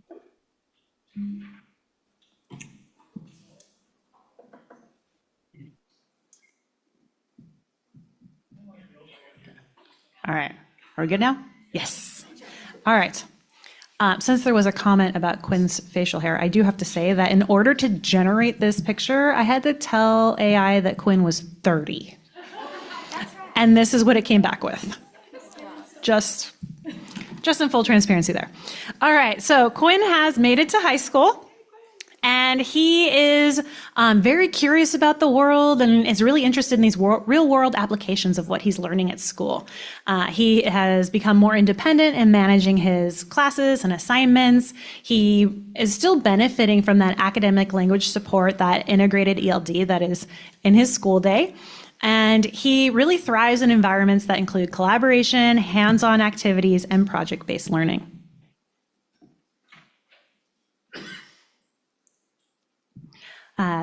Quinn's teachers notice that he actively participates in discussions and uses his language supports when they're provided. He continues to strengthen his writing and his academic vocabulary, and he's building confidence in seeking support and maintaining balance between his different courses. And he has a 4-year plan that includes post-secondary goals, and he's decided that he's going to take AVID, advanced placement courses, and dual enrollment courses. All right, and with that, I'm going to turn it over to the Live Oak High School team. Thank you. Come, friends. Good evening. I'm Veronica Diaz. I have the pleasure of serving Live Oak as principal. And with me this evening are 3 of my Guiding Coalition members, and I'm going to let them introduce themselves with their department lead or role. Hi, my name is Janae Lewis. I'm the Science Department Chairhead. I'm Talisha Walker-Kelly, the VAPA CTE Department Head. My name is Aaron Thomas. I'm the Academic Counselor at Live Oak High School. Great. So we are going to focus today also more on the academic side of the supports for Quinn. You're well aware of all the different extracurricular programs and activities, and if we included those, yes, too much information. So even though Quinn has been reclassified, there is still the responsibility for students to be monitored for 4 years after the reclassification to ensure that they are being successful in the general education courses. They're not taking designated English language development courses anymore, but that within their general education core curricular courses, they are being successful, that they're not struggling. And if they are, then we do have to act and put extra supports in place. So what we're going to start with right now is Universal Design for Learning. I love the quote that you see on the left-hand side there, because really that quote basically exemplifies the whole purpose, the core ideas of Universal Design for Learning.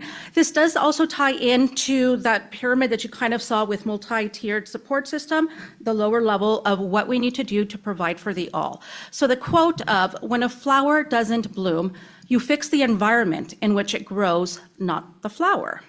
The quote by Alexander Den Heider. I probably did not pronounce that last name correctly. Okay.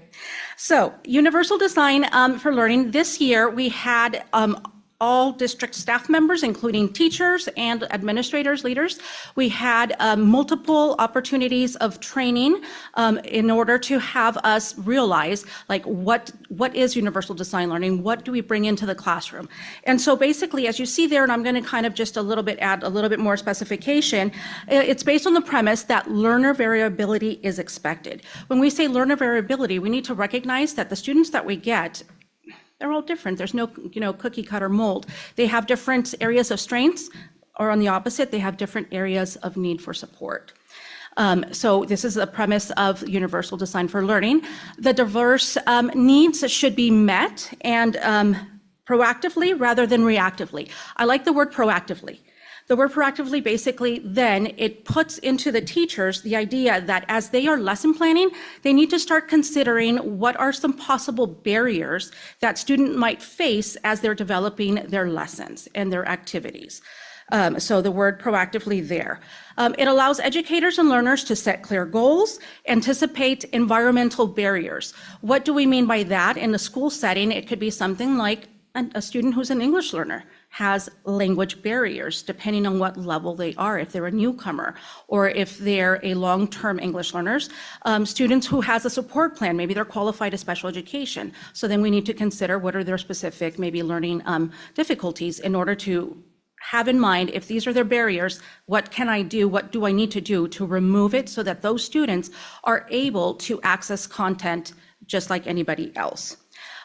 Another premise is creating meaningful options.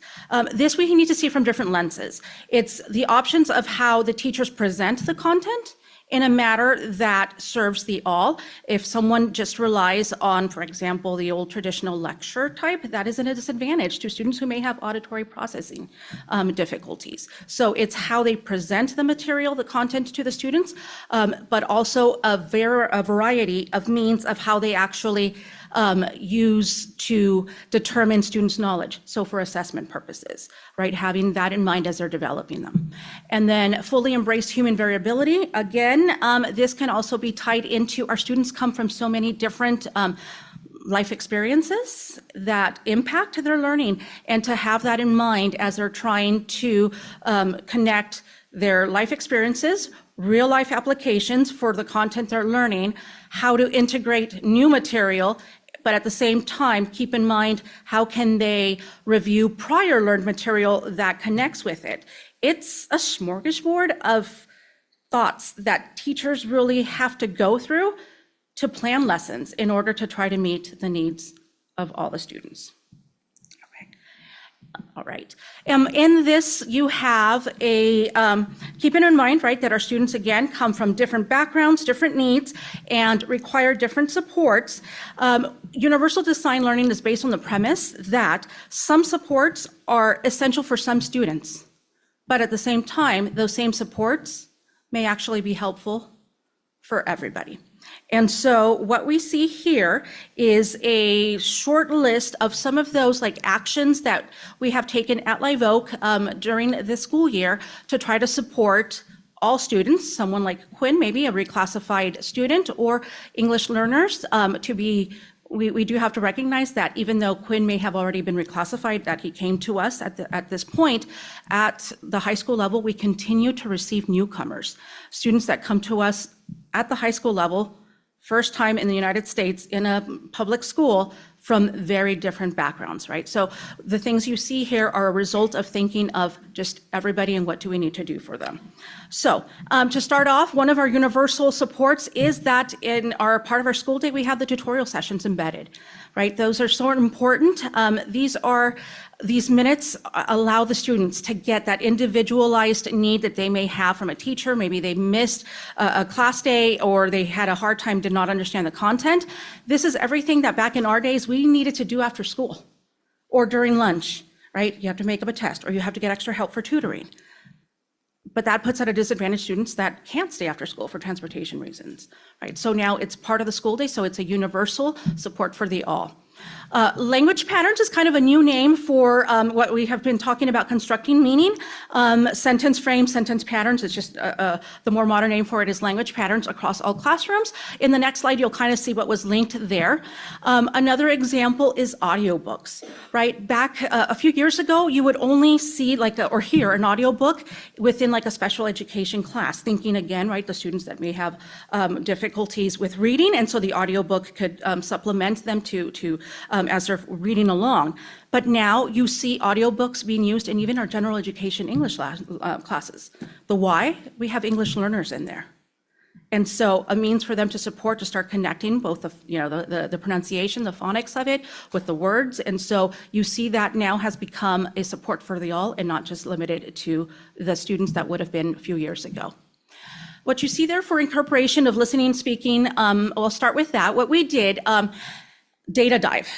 We looked at when we had the results for our CAPS scores released, we broke it down into which of the language skills did our 11th graders from previous year struggle the most in. We did the same thing for the LPAC scores from last school year. Our English learners, which are the language skills that they had the most struggles in, and it was actually listening and speaking. So then we made a task within our professional learning committees for teachers to say, okay, we need you to consider that if our students are having challenges in these areas, you need to look at an upcoming lesson and try to figure out how to incorporate an activity that is specific to listening, that aligns with what they are to be learning, the content matter, and speaking. Because sometimes I think people assume that just because they're English learners, and maybe they're long-term English learners, conversationally they're great, you would never know the difference.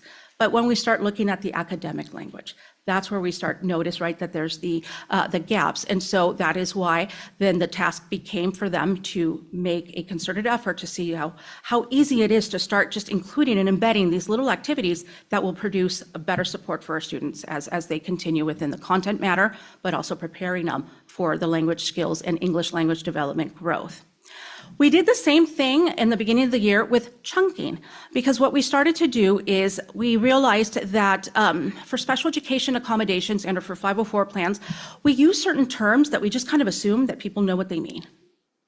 And so we did a professional development with our staff. First, we asked them to give us information on which of the accommodations do you feel like I'm not understanding well enough, which means I may not be able to apply to the best of my ability. So then the ones that they chose that like I need further explanation on these, we then had professional development for that purpose. Chunking came up. So then if we said, okay, we had the explanations given, but then you need to show us a similar task. Take an upcoming project, take an upcoming lesson, chunk it for us so that you can go through the process of knowing what would be the supports, how do you need to break it down so that kids are not overwhelmed. And again, universal design for learning means, though, this doesn't just help the students that have those accommodations as part of the support plan, it really helps everybody to say, okay, instead of saying that this project is due in a month, break it up in small sections for them. It really matters. It's more manageable pieces for them. Multimodality, again, right? Some students don't learn it well just by hearing it. They need to see it. They need to be able to touch it, interact with it. So we did the same request there of our teachers to support, again, our students of English learners, special education, but thinking that other students could also have benefit from it. Another thing that we have integrated that we think is very important, students take standardized testing, right, every year, but we have started to make a very direct and concerted effort to teach them the why. How is this going to impact you?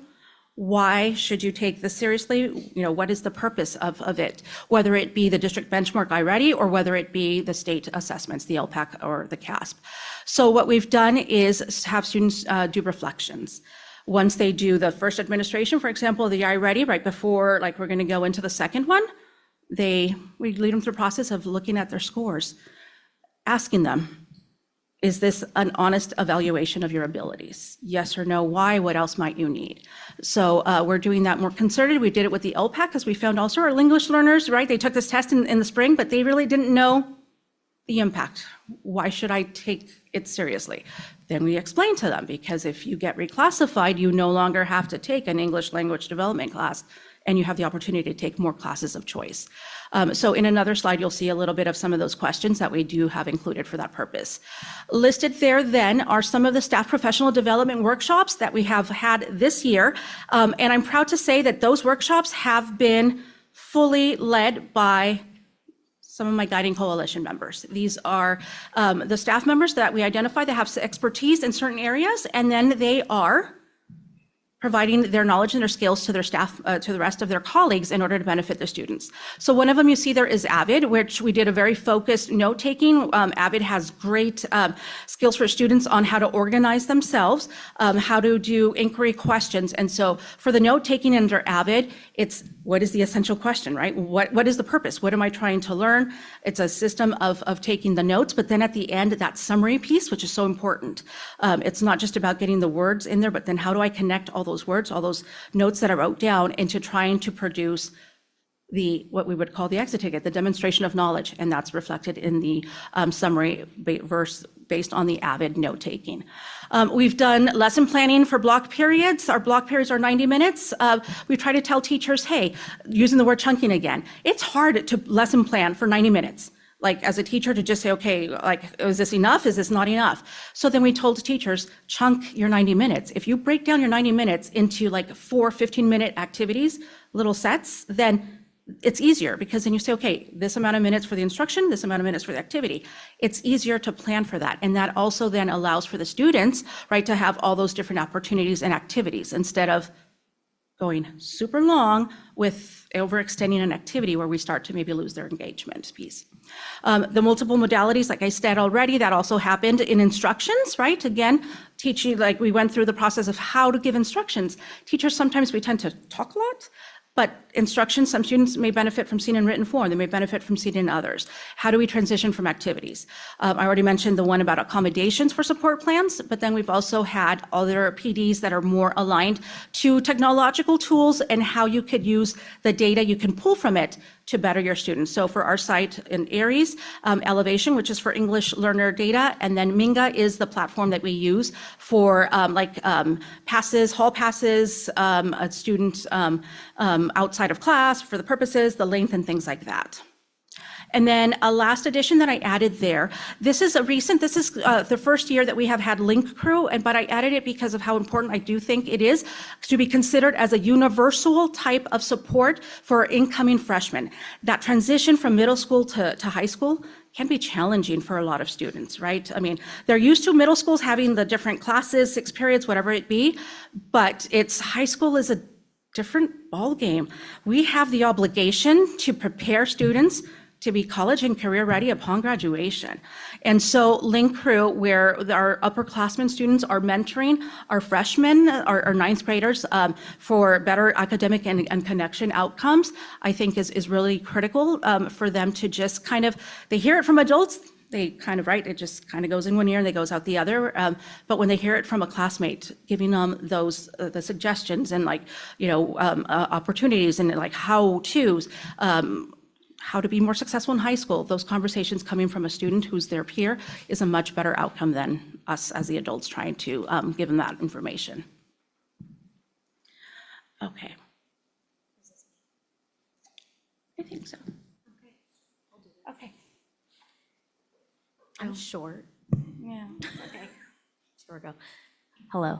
All right. So speaking of assisting them with their writing and their language acquisition, we have had in our Guiding Coalition, one of our department heads, she's helped develop these 2 tools that we've shared with our staff. Each staff member now has a giant printout of these to put on their wall, so it's really easy to kind of point and remind students of the tasks at hand. So on the left, you have the how to say it, the argue and claim, and the cause and effect kind of sentence frames. And on the right, you have language tools that just gives them a little bit more vocabulary to insert within those sentence frames. Do I need to elaborate on that? The one thing to add, the one on the left is just a snippet because it continues with the different ones. The one on the right, the same thing. The one on the right, again, we wanted to, in the introduction of Quinn, right, it says he would benefit from still having academic supports. That's what this is. Students have sometimes ideas, but they just don't know the how to put those ideas together.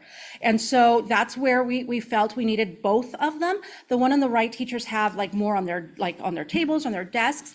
If you notice the one on the right though, too, beyond just the simple like vocabulary words, which someone had said, like those are the mortar words, right? Those are the academic vocabulary terms that will carry on across all content areas. You do see like there's a little visual, right? Because we cognizant again, like you see the little visual at the bottom, that students might be able to understand this in a visual manner. So then it kind of says, oh, like here's my argument. I have to have my different evidence for it. But then also on the right, the language tool, all the way on the right, you do see like even the guidance of how to connect these into like a paragraph format. Right, so having that support beyond just the simple words to be able to go and move on to the next level for communication purposes, whether it be spoken or written. Okay, so then this is something, an example of what's available across the classrooms. See the reflection? Yeah, should be out of order. All right, so going back to reading, writing, and this one also includes math. Out of the many assessments that we give our students, this one is more focused on their levels of understanding. So it assesses which level of math that they're currently at and what they would be more successful in for the next level, and same with reading. So if you kind of read through it, you'll see that our why is on the left, and this is what we present to our students so they have a better understanding of like, why do we have another test? What is this for? Why do I have to do it? This gives them a really clear like, hey, this is going to give you the pathway to your next set of courses. So if you take it seriously, you will be placed appropriately. That's basically the symbol of the messaging. On the right-hand side, you're going to see the data chat questions. That was kind of mentioned, I believe, with the middle schoolers too. They do some sort of reach out of like, hey, what's working for you, what's not, where were your successes, where weren't they? We ask the same things, like which math domain am I not successful in, where am I most successful? So they are aware, they're kind of taking ownership in this moment, and they're able to self-reflect. So they have that reflection moment, they are able to be more serious about taking the exams, and they're more appropriately placed. Oh, is it still me? Sorry, I swear I'm paying attention. All right, so I just get nervous talking to big groups. Yeah, that's what it was. Exactly what it was. All right, that's what it looked like on a learning walk. Just kidding, not really, it's this. Okay, so our learning walks, that is basically, we call them walkthroughs. It's a little, very similar actually to what the middle schoolers do. It is we call it instructional rounds too. We are not doing this as an evaluative moment for our teachers, and they are very well aware of that. We are going in to see what's working, what's the experience of a student, what's the experience of a teacher, where are some areas of growth that we might have. And we do have different focus groups. The first focus group is just like teachers kind of observing the general environment. The next one is where we bring in students, and students kind of give us their lay of the land of this is what we usually see, and we get to see it through their lens. And then we have our last one, which is actually in the middle. I did out of order. It's okay. But the other one that we do is target students. So that is where we take the separate populations that we have on our campus, whether it's a SPED student, an AP student, an EL student, a redesignated student, and we follow them throughout the day. And we kind of see them kind of intermittently throughout the class periods. So we see focus level at the beginning. What does that look like? Focus level in the middle, when they're maybe supposed to be doing an activity, what does that look like with engagement? And at the end, are they still hanging in tight, or are they kind of tapering? So we have all these wonderful lenses, and we take all that information back to our guiding coalition again, and we have little data chats, a lot of data chats. We talk about, again, what's working well, what's not, what tools are we finding that are most consistent kind of across the board. That's where some of these sentence frames and language pattern forms came about. And we also use this moment to create the PD sessions. So if we see, we've had some amazing teachers get really good at student talk, and we ask them, hey, we noticed this about you, and our students do too. Can you teach the rest of our staff how to do that? How do we engage them? How do you do that, and how can we be better at it? So we use it as a PD tool as well as just a data tool. Outside of that, I think I covered everything. Yeah, you're welcome. Bye. Probably, knowing me.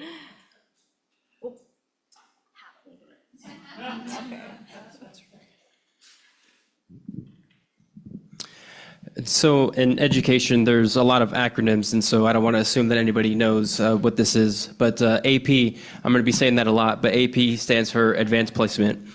And so there's a lot of advanced placement courses that can be taken. As you can see on the screen, there's 23 different AP offerings. And so advanced placement, the purpose of this is to try to provide students a college level experience, but in the high school setting. And so if students are strongly interested in pursuing that as a future, is pursuing college, this would be a great way for them to experience that, but again, in the high school setting. So a lot of benefits, a lot of really advantages of taking this. And so one of those being that students will be able to have the opportunity to elevate their GPA. And so you hear of students getting beyond 4.0. You have students getting 4.2, 4.3. That's because they're taking multiple AP courses and they're doing very well in those courses. In fact, just most recently at our honor roll ceremony, I was blown away that we had double-digit students who had a 5.0 because some students are taking all AP courses and are getting A's in every single one of them. And a double-digit amount of our students were getting a 5.0. And so hats off to them for being able to handle that level of academic rigor. And so, I mean, obviously another advantage would be for students to be critical thinkers. And so we want a society, we want a community of people who are going to be able to look beyond just what's going on the surface. We want them to take a look and dive a little bit deeper to see what's really going on underneath the surface. So again, a lot of really good advantages to taking that, including time management skills and also reading, writing. And I do want to just mention too that years ago we went to San Jose State, and it was led by one of our Live Oak alums, and she was leading the tour for us. And once the tour concluded, students were having a Q&A session, and one of the students said, you know, is there a message or is there something that you would recommend for us to do while we're still in high school, now that you've been there, done that, now that you're in college? And her message to the students was, take AP. There's so many different opportunities. There's so many different courses that you can take. And I'm sure there's got to be at least one that is going to catch your interest. And so I know for her, she was saying that what really benefited her was taking AP English. And one of her findings when she went to college was that regardless of whatever it was that you did, you have to have great knowledge in reading, writing, and research, and also being able to work with people. And so she felt as though that those AP English courses really did that for her. Now, we can find that in not just AP English, but we can find that across all classes, especially in other APs as well. But I was not expecting that response, but I thought that was a good message for our students who were currently attending Live Oak. So next slide, please. Then we also have Equal Opportunity Schools, EOS, again, another acronym. And so with EOS, this is something that's it's a survey that students and also staff will take. But really, its goal is trying to identify students who would actually do well in AP, who wouldn't normally take AP. And so they might not take AP because they are afraid of the coursework, or maybe it's because they think that it's not for them, or maybe their friends aren't taking that course. So there's a lot of different reasons as to why students wouldn't take it, but their survey is really trying to bring to the surface and really trying to expose some of that to let them know that, hey, you actually can do this. And not only does the evidence support that, but you have 2 teachers who also suggest that you would be good at this class too. And so trying to use that when we do like our class registration for the following year, that can be a self-motivator and also a boost for some of our students to try to take some of these courses that, again, they wouldn't normally do. And so does it always work? No, but it is something that could, I think, be nice for a student to know that, oh, this teacher actually thinks that of me, or my counselor thinks that of me.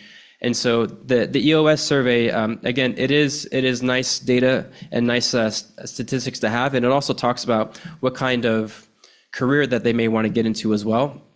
And so we have, again, courses that could cater to that. So if a student wants to get into the medical field, we have AP courses that will set them up for that. If they want to get into engineering, we have AP courses that will set them up for that. Or if they want to get into, I don't know, public or local politics, we have courses that will set them up for that too. So again, it's trying to provide them a well-rounded level of education, and if they have a strong interest in a certain specific area, we likely have some sort of AP or advanced placement course that will allow them to do that. And also to really just try to prepare them for whatever the future might be, whether that be college, whether that be trade school, military, or even going straight to work. So.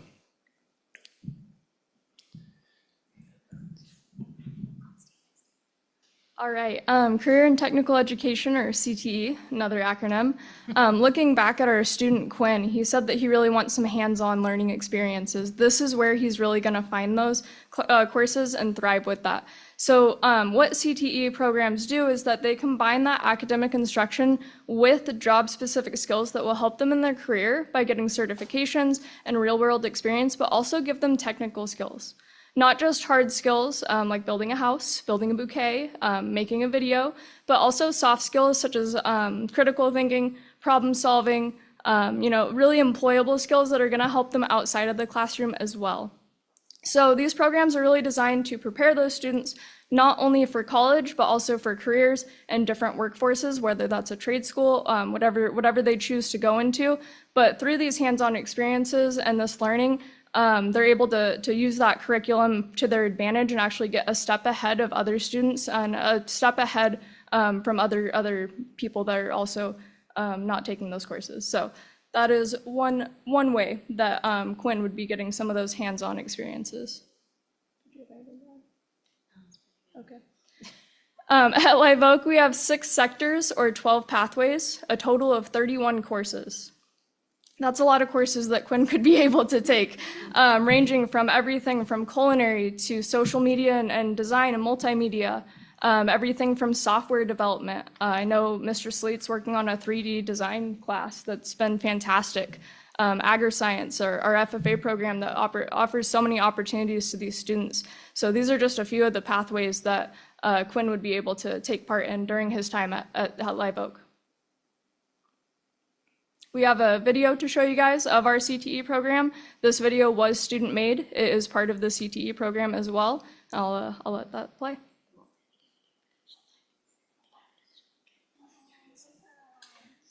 You don't have to play it all if you want, but it is a video that basically explains, showcases what is CTE at Live Oak.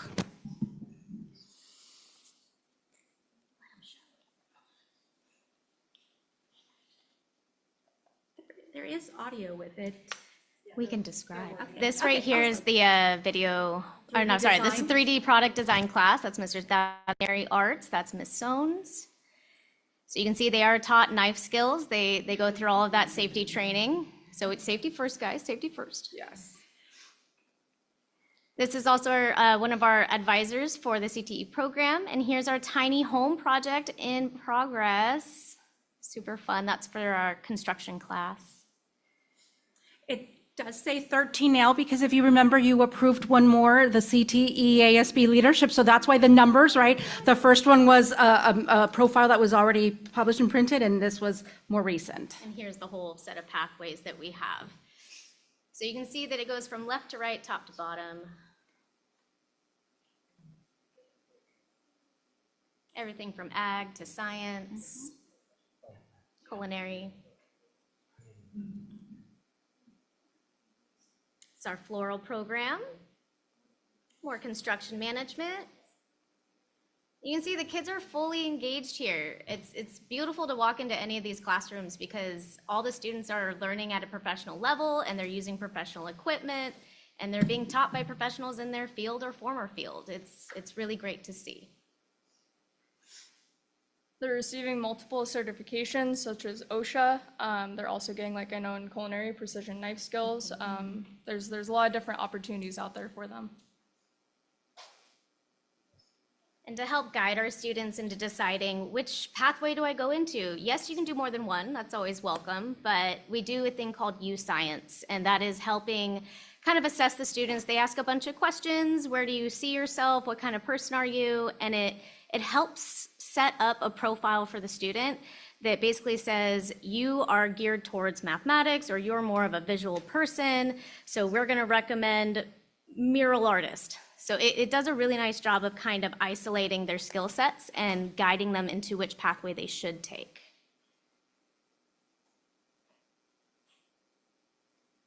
Through CTE, we also partner with a lot of community individuals that have helped us along the way, people that are currently in the industry that are also extremely helpful at staying industry relevant and giving these students this opportunity as well.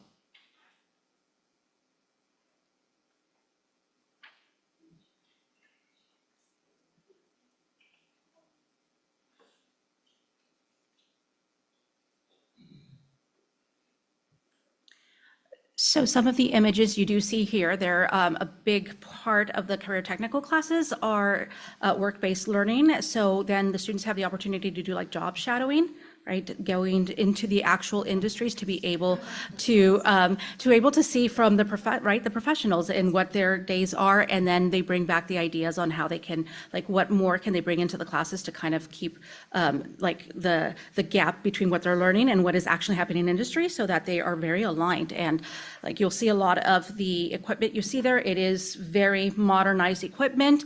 The computers that you're seeing are like, they're doing engineering design programs on some of them for like the 3D design classes.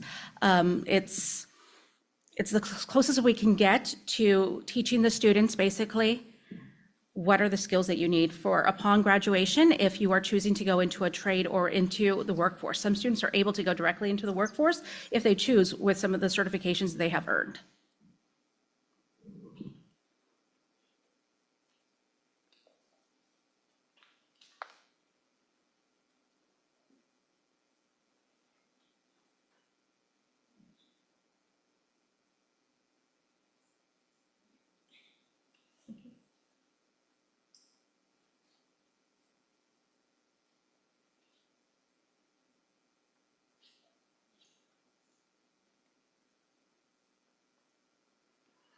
Those are like some storage containers that we're very thankful that the students have made. And so, right, they're doing things even to help our campus out in our facilities. Oh yeah, they build cabinets. Mm-hmm.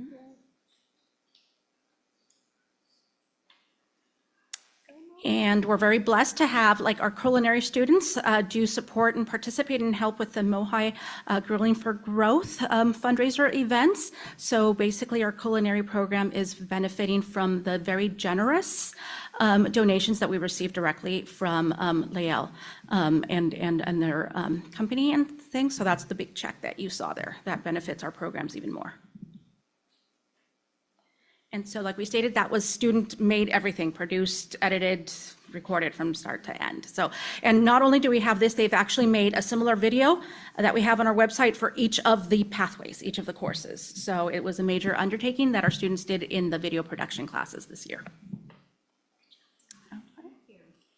All right, so don't go away. So let's wrap it up for Quinn as we were walking through. He's completed he's walking that threshold, got his diploma. Should have had a green robe. He met A through G requirements, right? He's ready for post-secondary education. He's completed a couple of pathways that gave him real-world experience and the ability to have a part-time job while he's going to school. He's an effective communicator, right? He took all the courses that our counselor was recommending. He took AVID as well, and he remains highly engaged into school and positive relationship. It's going to help him immensely as he starts his post-secondary journey. And with that, Live Oak staff is here to answer any questions that you might have about high school. Yeah, as we prepare to do that, I'll just time check note, we're 2.5 hours in. We're on slide 48 of 83. So happy to any questions, but we're going to have to keep it moving as well. So other than amazing job, do we have any particular questions on what Live Oak shared here? Go ahead. Yeah, Trustee Andrade, please. To myself. How many times does a freshman take or like iReady assessments per year, per academic year? iReady is given, there are 3 administrations in a school year. And then so fall right in the beginning of the school year, as close as we can get, okay, and then middle about January, okay, and then closer to like and then April-ish. LPAC. The LPAC is given every spring for like this for the summative for students that have already been identified, right? So it's a yearly to determine for EL. Okay. For EL. But a newcomer student does have to be initially tested once they enroll. Within 30 days, we do need to do the initial for them to determine level. And then the CASP is only for 11th grade at the high school, correct? And that's for English and English language arts, math, and then the CAST is science. Okay. All right, I'm just trying to get the cohort for, yeah, okay, perfect. Thank you, that's it. Thank you. Anyone else? Trustee Marquez, please. So for the students that, it's great that there's a path for them in AP classes, taking AP classes to get to college. What about the students that want to go to college, but they don't qualify for AP classes? They're maybe struggling a little bit. Do you guide them to the CTE programs, or how do you handle that? So we have an open door for AP. Like there is no like GPA restriction, or if you don't have, like, any student who wants to and has the desire and, right, like, no, like anybody can enroll in them. For a student who may be struggling, right, then we would have the conversation with the student and maybe the teacher about what supports the student may need in order to feel more comfortable and successful. But then that's when some of the other supports come in, like obviously tutorial, right? A lot of teachers do designate tutorial sessions for specific classes. So then, like, they have some that, like, today I'm only meeting with my AP students, right? Because there's different needs for them.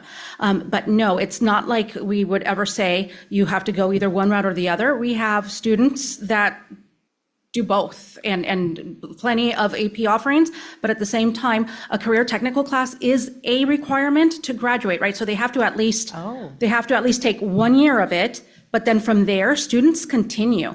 And they, right, we recommend that they complete the pathway, right? If there's like culinary foods would be the introductory course, and then culinary, we recommend that they complete the pathway. But we have students that complete multiple pathways by the time they're graduating on top of taking AP classes. And so, no, it's not one or the other. It is basically, what are your interests? What are your post-secondary goals? And let us guide you, because sometimes it's a combination. Like if we're talking about an engineer, we would say, okay, it may be AB Computer Science principles, or Computer Science A would be an excellent class for you in your engineering future that you see. But at the same time, we're going to recommend 3D design and dual enrollment product development, because the computers they use and they're designing, right, a project could be to design a lamp, and it has to be a functional lamp, but they are learning a very high-end engineering design program to make. I mean, it's amazing. They're turning it around. It's 3D. Like, I was just looking, I'm like, when the kids were using it, I'm like, I would have no idea how to even start it, but the kids are making it work. So yes, we love that it's what they want. We will guide them, but it's not one or the other. It's open doors for all the programs. So is there a minimum that they can do for the CT classes? In other words, can they take it in 9th grade or a sophomore? Yes. Or yeah, they can take them, because to be very honest, and I'm thinking in my head, I may be wrong by one or not, but I don't think so now. All of our, and my counselor can tell me if I'm wrong, our electives are what used to be called electives, right? Those classes, they're all CTE now. -1. Oh, we're working on it. Yes, we're working on it. But so if they want to do culinary, they can do it for 4 years. Culinary, well, some of them have 2 years pathways, and there's others that have 3. So it depends on how many courses we have in each of the pathway, but it can be from freshman year, because freshmen start taking electives. So yes, they can start in 9th grade with a CTE course, but likewise, they can start taking an AP course now as a freshman. Human geography was one of our most recent additions, and we have a good number. The majority actually of our students who sign up for AP Human Geography are actually 9th graders for us. So it's a good experience of having just one class to try to get to that rigor. Before, like, sophomore year, they can take up to, like, they can take multiples, four classes if they really wanted to or more, but it's a nice kind of segue into what is the expectation, what is the experience going to be? So they can even start AP as a freshman. Yeah, because high school students, half of them don't know what they want to do when they get older. Correct. So they get a taste of it. Yes, but then that's why, like, I think when Ms. Callie mentioned the youth science, that's a platform that is used by all the CTE classes. It, like, the little brain games they take, their little, like, mini assessments, it will tell the students, like, what are their interests, but also what are their aptitudes. And the careers that align with both, but here's the better part, the careers that align with a combination of their interests and their aptitudes, right? Because some students don't know, and so they are supported with that. And then, I'm sorry, one more question. For the, you mentioned the tutorial sessions during the school day because of transportation issues. when is that offered? Do they have to do it during lunch? No, it's a designated, like 30 or 35-minute period of each school day. It is in the middle of the school day. It's actually after brunch. So no, everybody's on campus and everybody has. So they're not being pulled out of a class? They're not being pulled out, no. Then they're not giving up their lunchtime, nor are teachers anymore, right? And that's also the benefit of it. Okay, thank you. Anyone else? Seeing none, thank you very much. Thank you. Awesome job. Thank you very much.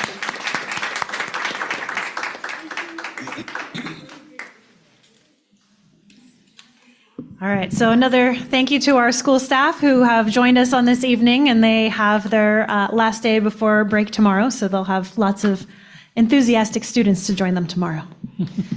All right, now we're going to talk. It's okay if you go home and get some sleep. Yeah. We really understand. So now we're going to talk a little bit about our district-wide coherence and alignment. Next slide, please. The first thing I want to talk about is the California School Dashboard and how it measures two different types of data. The first type of data it measures is status. And so that is the measure of proficiency of the students in the district, and it measures where students are at that single snapshot in time. It also measures change. And change is the growth of the same district or school from one year to the next. And so those are the colors. So when you look at the dashboard, you'll see a number, which is the status or the proficiency, and then you'll see a color that's the change. So on this side, when we're looking at the colors, we're looking at our growth measured against ourselves. And so the colors, the yellow, green, and blue, show that we are improving year over year on our own previous performance. Next slide, please. And this report is an equity report, and so it talks about the performance gaps amongst student groups, and it helps pinpoint specific student groups who may need additional support. And so when you look at the number in the middle, it shows that our growth is among our student groups is average. For English language arts, about 70.8% of our students improved on their score from the prior year, and for math, 69.2% of our students improved on their score from the prior year. That's me. So we do a lot of data analysis, and you heard that from our administrators and our team as well. So one of the things that we do, because we want to show you one of the areas that we're looking at the dashboard, that's year to year, right? Internally, we also follow cohorts of students, because that's comparing apples to apples, right? So how did, in 22-23, did our third graders do in English language arts? And then following those students is like, how well did they do as fourth graders, and then how well did they do as fifth graders, right? Because we're looking at the way that we're providing support across the district with that's programs and services, and then it's instructional strategy specific when we're looking apples to apples and following the student all the way from third grade to eighth grade, which is when they take the CASP in English language arts and math and in their high school career. The CAST, which we mentioned earlier, which is the science assessment, is only in 5th and 8th and 11th grade. So this is the comparison of a cohort for English language arts. And if we go to the next slide. This third grade cohort is, the CAST is only third grade, correct? The CAST is, you mean the science test? No, the CA. Oh yeah, the CASP begins in third grade. So third through eighth grade. Yes. Mm-hmm. Yeah. And then it jumps to 11th grade. So there's a lot of eggs in the basket of 11th grade, right? Because students are not assessed 9th and 10th grade. Yeah. So this was the comparing apples to apples in math, English language arts. And if you go to the next slide, you'll see the comparison of we're looking internally of all the different ways we're looking at data to see how we're doing with a cohort or student and what their growth looks like in our district. Next slide. Oh. It's okay. We're good. Thank you. All right. So this is a little note on our English learner data. Something to be aware of, and it's something we discussed with Quinn, is that as our students reach proficiency in English, they are reclassified as fluent English proficient. The reason why this is important to note is when you're looking at the data on the California School Dashboard, a lot of the student group data talks about ELs or English learners, or we have a separate data points that are for English learners. And what we need to keep in mind is that once students are fluent English proficient, they're no longer considered part of the English learner data group. So we won't have any proficient students in that group because they would have been reclassified as fluent English proficient. So it is expected that the data point would be slightly lower just because as those students reach proficiency, they're no longer in that data point. To graduate. All right. So just really quickly, because I know there was a question a couple of our meetings ago, like what does it look like for the courses for English learners in middle school and high school? This is a snapshot of the EL plan for student success.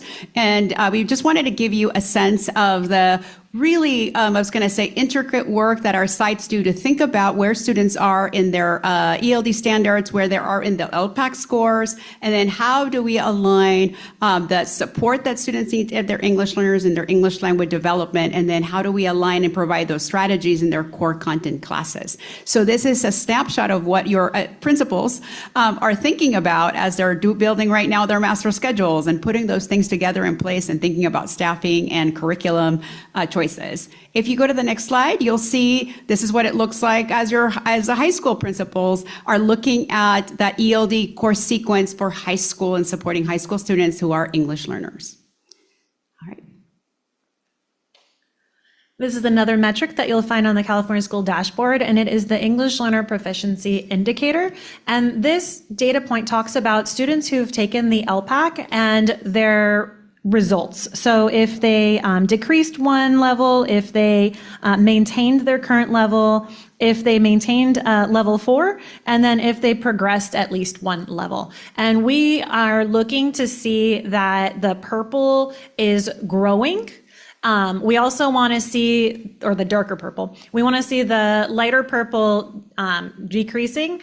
And then that dark blue color where it's like the 1.1%, we want that to go away. If those students have scored a 4 on the LPAC, then we want to make sure that we're monitoring their local assessment data and reclassifying them as English proficient as soon as they are able to meet all of the criteria. All right, so just to give you a snapshot, this is our data of students who are reclassified. Remember, every year that number looks a little bit different because those students who are reclassified are no longer in that pool, right? I have it on good authority that in our multilingual celebration, which all of you are invited to come in May, there's approximately 200 students this year who are getting reclassified. So I can't tell you how proud I am and of the hard work of every single staff member to make that happen. I'm sorry, quick question. Is redesignated and reclassified, is that the same thing? It is. Okay, thank you. Yeah.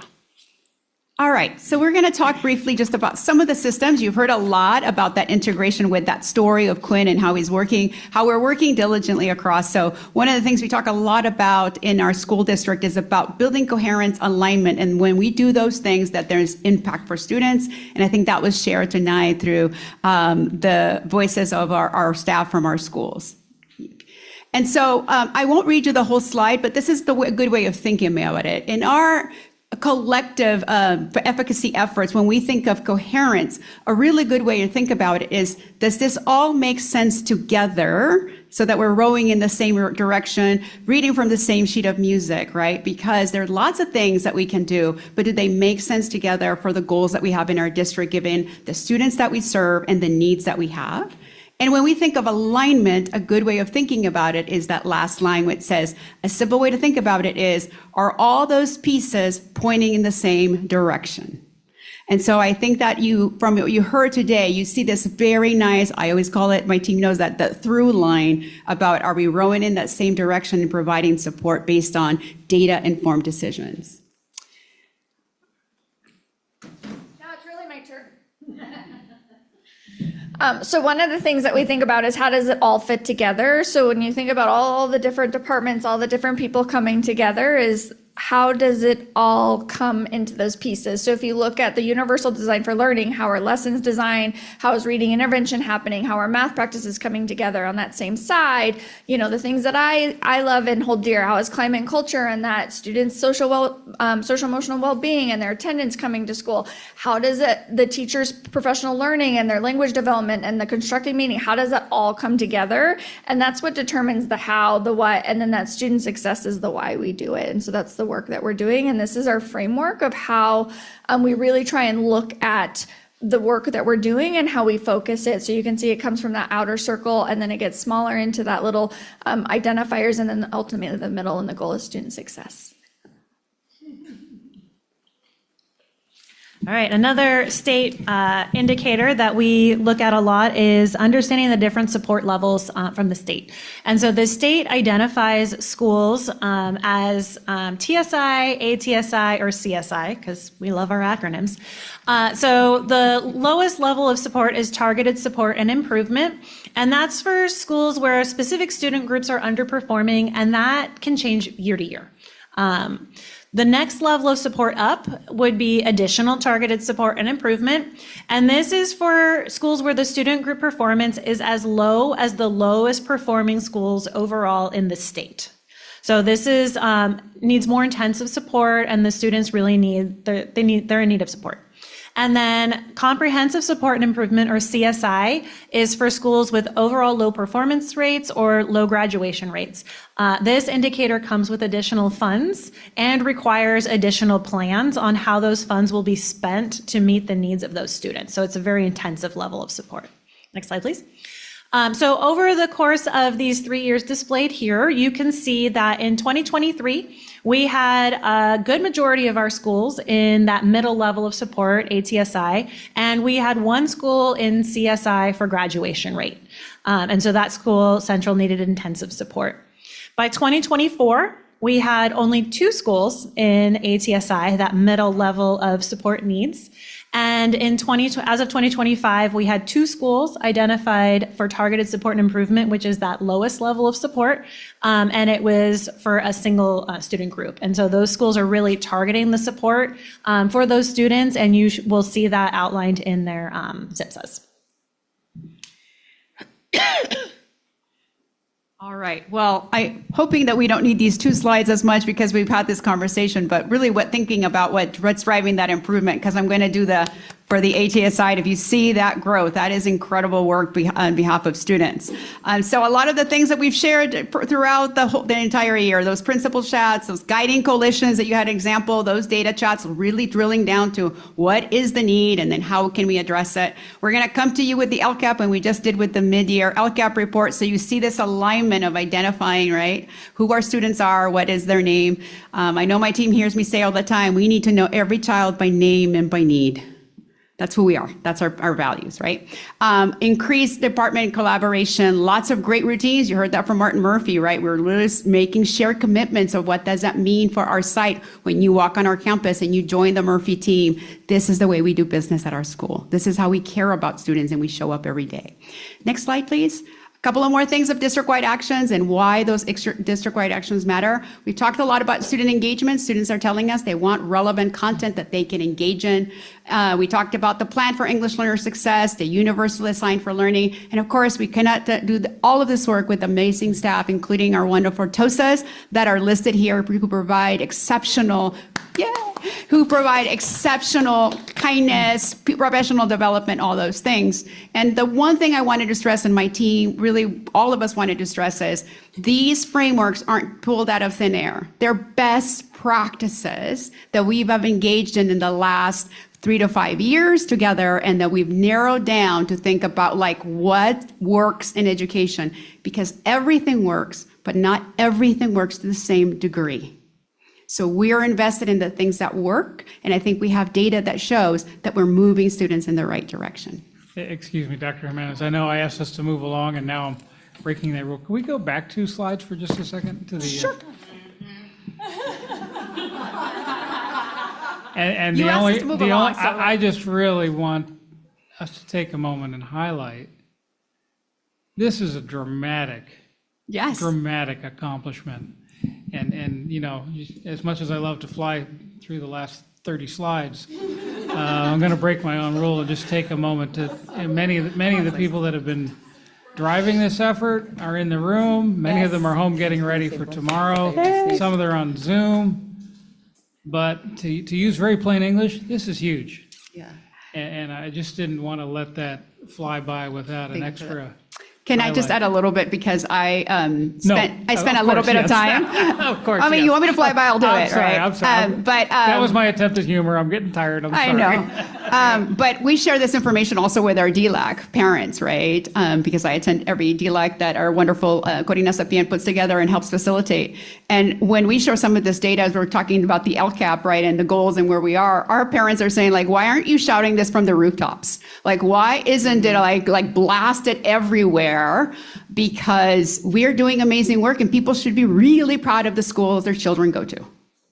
Can I just add, I left the district in 2022. That was the last class. So this is huge because this is not the same district that I worked in. And I think, having been a former ELD teacher, growth is so huge. And unfortunately, when you have standardized tests, it may not show up. And so for the people who are viewing on Zoom, growth is huge, right? We want to applaud these efforts, even though it may not show up in a standardized test. Thank you. Right? It's like being on a diet. You lost 20 pounds, but you didn't lose 30. You know what I mean? It's huge. It is So huge. congratulations. Yeah, And just great set of people, Thank you. great teachers, great staff. We have a lot to celebrate. And we're including these data points because kids are more than one data point. They're more than the CASP. You see them in CTE. This is another data point, and we are really intentional at looking at our students and the programs from multiple lenses. Yes. Thank you. I'm All not right. sorry for stopping you. It's all right. Okay. All right, so just a high-level sampling of some of our elementary actions in language and literacy. We have successfully aligned foundational literacy skills across TK3 at all of our elementary sites through the use of Haggerty phonemic awareness and phonics, with intensive coaching and modeling support from our literacy TOSA, Krista Matsis. We have intensely targeted the alignment and coherence of language development and instructional programs at both of our elementary dual immersion programs. And that has taken place over the course of this year through a series of professional development cycles with the staff, including targeted professional learning on their adopted curriculum, the Benchmark Advanced Adelante, and the addition of the Express designated ELD curriculum, also from Benchmark. And they've engaged in 4-part cycles of professional learning on current research-based pedagogy for dual language immersion in partnership with the California Association of Bilingual Education. And I know a lot of people, when they think of CABE, they think of a conference, but they actually do intensive professional development as well. And so they have been coming to our schools and working with teachers on multiple cycles during the school year to really help develop their pedagogy and engage them in purposeful lesson design. Next slide, please. And not to leave out our mathematics, while tonight we're going to focus a little bit more on literacy because we've been doing that work a little longer, we are going to be diving into mathematics. We have an upcoming mathematics adoption to align with the framework. And to lay the foundation for that, we have done the P3 Coherence Coalition in Math, which you heard a little bit about from Los Paseos. As I mentioned before, there's the schools participating in our 3-year cohort model. And then we've also had practical application of the math framework, professional development in partnership with the Silicon Valley Mathematics Initiative. And our amazing math TOSA, Cindy Wargocki, has been helping coordinate all of these efforts and going in and modeling and co-teaching and providing feedback to teachers so that they really have a strong foundation of how math works and what we're asking to shift with the new framework so that our teachers are prepared to be informed consumers as we move forward in the math adoption process. And I'm going to turn it over to Kristen Matsis. Good evening. I'm Kristen Matsis, teacher on special assignment in early literacy. So I get the pleasure to talk to you a little bit about how the brain works and how reading works today. This is an infographic by Dr. Hollis Scarborough, and she's a psychologist, she's a scientist, and she's a literacy expert. And what it is an infographic for is the simple way for us to understand what it really takes for a student or a child to learn to read. If we think about reading like a rope and the many strands that it takes, at first those strands are separated and weak, but over time they weave together to get skilled reading. There are two main parts that you're looking at. The first one is the bottom strands, which are our word recognition. This is the ability to figure out what words say, or can I read the words? They focus on that phonological processing, or how hearing and playing with sounds of spoken words is where it starts. We work with decoding, which talks about that sound symbol correspondence and phonics. And then we go into that sight word recognition, where we talk about quickly recognizing familiar and unfamiliar words. And really all of those pieces have to come together to be increasingly automatic for students to be able to have that word recognition strand in place. Then we move into the top strands, which are language comprehension strands. This is the ability to understand what words mean, or can I understand what I just read? This focuses more on the upper parts of our strand, which is with our vocabulary, which is in and out of context, our background knowledge, which we use to make sense of the world, either from things that we have experienced, texts that we've read, or our interactions with our school and social aspects. We then go into our language structures, and this is understanding how sentences work, that they have a proper order, that there is grammar and semantics that goes into that and to create a sentence. Our verbal reasoning plays into connecting ideas and like inferences, figurative language. That aspect needs to be in place for those strands to be working. And then we talk about literacy knowledge. What do we know about genres and how they work? How does nonfiction differ from fiction? All of those have to be increasingly strategically used for readers, and then together we get that skilled reading. Kids are learning to develop these skills separately, but have to be weaved together like a rope for things to be fluent, automatic with reading and writing, and to have a strong understanding of both.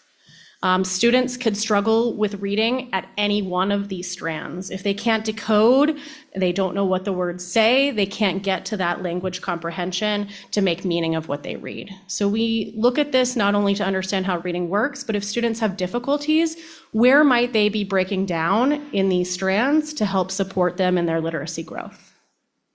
Next slide. When we start talking about what do we know about reading and how do we apply it for students that are struggling or that we know are learning to read, we start looking at the elements of effective instruction. These come from a body of research known as the science of reading, and it contributes to our understanding of how reading develops and how we can teach effectively. Structured literacy is a clear step-by-step way of teaching kids to read and write, and it makes sense of the code of English, and it makes it more visible and understandable instead of us just thinking students will pick things up naturally. Structured literacy is taught with several elements, the first one being explicit. Teachers clearly explain and model skills so that students don't have any wondering of what this is happening in their classrooms. It's systematic, that skills are taught in a logical order from that simple to the complex and build on one another. They're cumulative so that new skills are built on what they already know and can be spiraled and worked on. And then we really want to focus on having things be multisensory. So kids see things, they hear things, they write things, they learn things. The more senses that we can engage, the more neural connections that we can make, and the more learning sticks. Along with multiple opportunities for us to practice and apply skills. I will go faster. Learning is not something that the brain does automatically, and structured literacy helps us read accurately, spell correctly, understand what we read, and become confident in reading. Next slide. Lastly, I get to brag a little bit about the work that we do in reading intervention. We have been working really hard over the last 4 years with reading intervention teachers and their paraprofessionals to get high quality professional development, whether that be through Orton Gillingham strategies, whether that be through our collaboration with literacy experts in the field. They collaborate monthly across all 8 of the school sites to share their tips, tricks, struggles, things to strategize about for students. And then we're using structured literacy materials with Haggerty for the intervention setting, a UFly toolkit, and those Orton Gillingham strategies. These are highly specified for students' instructional need and differentiated. And then these practices create systems across all of our elementary school sites so that they're consistent for their instruction, their materials, and their progress monitoring. Thank you. Try to talk fast. Sorry. You did amazing. You're always amazing. We love you.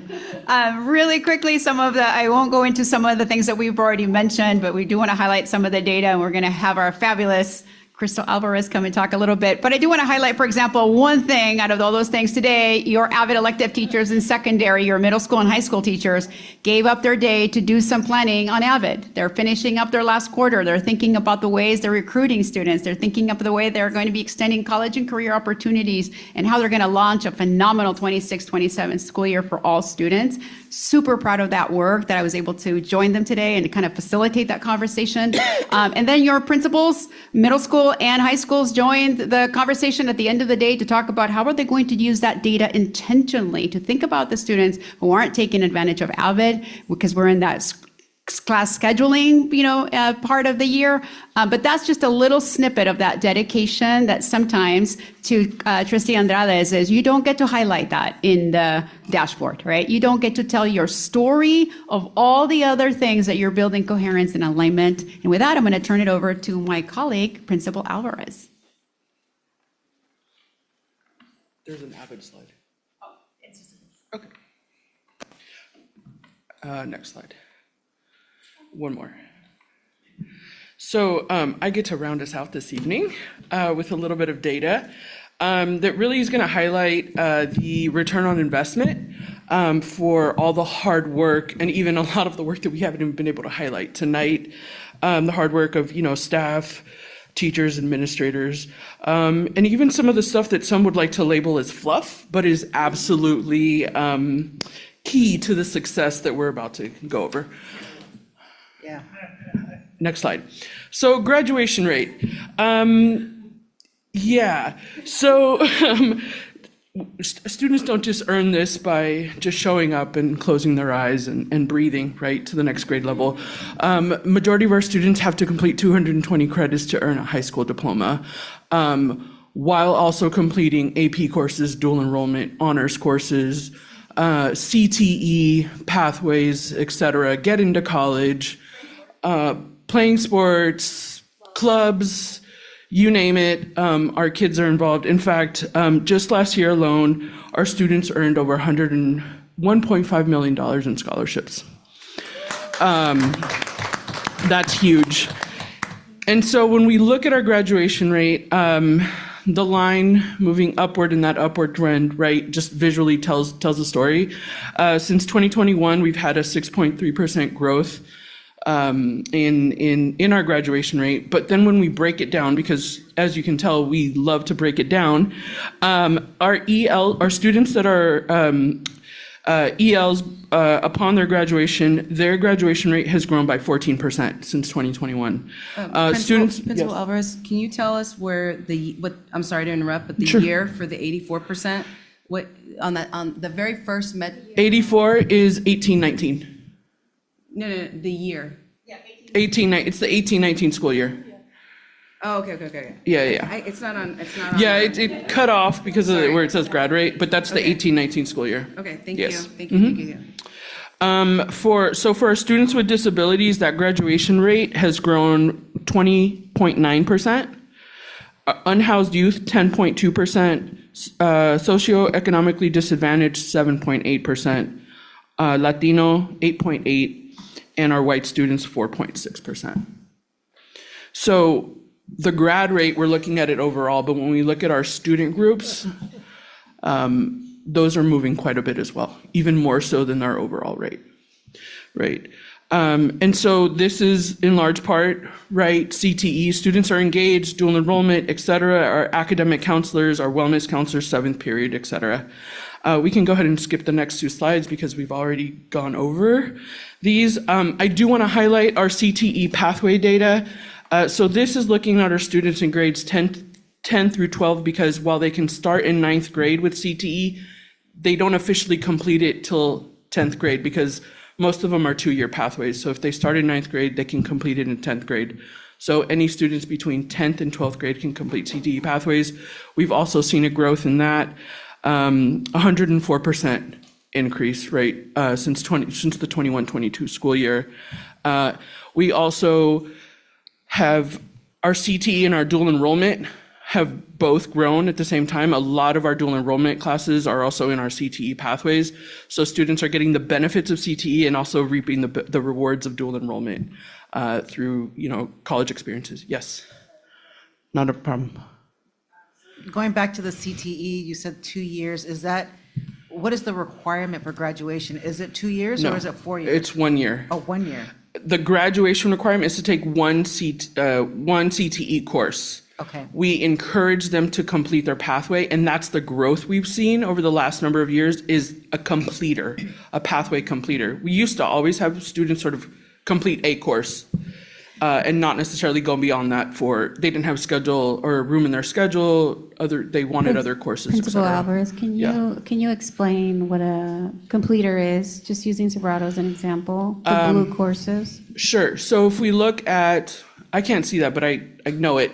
So if we look at band, for example, band 1 under Serato, you'll see band 1 and band 2. And so those are now, the blue squares indicate one course and the one below it indicates the corresponding course to that. So if a student takes band 1 and then they take band 2 and successfully complete those courses, then they have completed a pathway, Okay. a CTE pathway. And then if they choose to, they can take another one in their, let's say, junior year. Correct. Yeah. Okay. And then say junior year 1, and then senior year 2, and now they have completed 2 pathways by the time they graduate. And, I'm sorry, one more Okay, question. go ahead. So on the percentages of graduation, 95.5. Correct. Does that include, that's out of 100% of seniors? Yes. No. No, this is actually that's the cohort graduation. So that is the number, the total number or the number of 9th graders that entered our high schools upon their 9th grade year, and how many of those students graduated 4 years later. So it's not just those that entered as seniors, it's that entire cohort, 95.5% of those students that entered our schools 4 years ago, our high schools, graduated with us. Okay. And for Yes. those that started senior year and graduated, that percentage is even higher. Yes. So that doesn't include, that percentage, it doesn't include, let's say, sorry for the term, but okay. dropouts. Right, so the 3.5% that's missing, 4.5% that's missing, that's those students that did not complete. They either dropped out or they continued with us but didn't complete the requirements. Pushed out, yes, yes. So if a student, starts with us in 9th grade and then just quits coming to school for some reason, that counts against this number. We don't ignore that. So that's what, when they're explaining a cohort, that's like, if you had 100 freshmen, there's some corrections for ones that move to other, that come in and out of district, right? Right. But the 100 freshmen that were with us, 95.5 of them graduated. Yes. Awesome. Yeah. So if they transfer to another public school, that they're counted as transferred, not dropping out because they've continued their And education. they're not included in that percentage. Correct. Right. Thank you for that explanation. Yes. So there are like adjustments for those, like, good reasons they've Yeah. left us. Okay, thank you. Yeah. So dual enrollment, incredibly proud of this work, of the team that's been a part of this work, part of this journey for the last 3 years. A couple years ago, I stood here and I said the goal was 1,000. We're 3 short, but if you round up, we're at 1,000. We'll get there next year. But so 997 this school year. I would say not bad in 3 years, right? Going from 0 to 997. And we still maintain a 93% pass rate in these classes. And to echo what Principal Diaz said, these courses are open to our students just like AP. And so our dual enrollment courses look like our student body. We're not filtering, we're not saying you cannot participate because XYZ. And so we're even prouder about that. So just a sidebar, passing a dual enrollment class is a C or better? Correct. Not in high school, you could pass with a D, so just higher. Right. Higher bar. Yes. Next slide, please. And so our AP courses, we talked about the AP program this evening. And so just wanted to highlight that we have had, so through that EOS survey data, and then really understanding students over the past number of years, we've had a 70% increase in students taking AP coursework for the first time, which is huge, knowing what the research says about just taking one AP course and what that does for your chances of going to college and succeeding in college. And so, you know, our high schools, both high schools, this year again, were honored under the AP School Honor Roll. Sobrato for gold and Live Oak for silver for their work in increasing access to AP across the board. And on top of that, it's not just increasing access, but as you can see in the data, more students are taking exams. Remember, for AP, it's an option to take the exam unless you're in the AP Capstone program. It's an option to take the exam. So more students are opting to take the exam, but also passing the exam. We have almost a 70% pass rate district-wide, which is huge. Excuse me, Principal Roberts. What, on these columns, what does the 1, 2, 3, 4, 5, 6 mean? Yeah, those are the years, and I didn't catch that before I popped it in. So is 6 really last school year? Yeah, so the last bar is 24, 25. Students haven't tested yet. They don't test until May. So we'll know. I thought maybe you saw the future? No. No, so that's 24, 25 is the latest bar, and then it just goes 1 year back. I want you to buy me a lottery ticket. That would be nice. Okay. All right. You want to go ahead? Sure. So I'm sorry, just real quick, just to clarify. So when we're looking at 2, that's really 2020 and 2021 academic year? 24. Yeah, just subtract 1. Right? So 6 is 25, Yeah. 5 is 24. So that explains that drop? Yes. Because, you know, questions. So that explains the drop. We did have a global pandemic that shut a lot of things down, so that explains that drop. That explains the dip. Yes. Yes, yes, yes.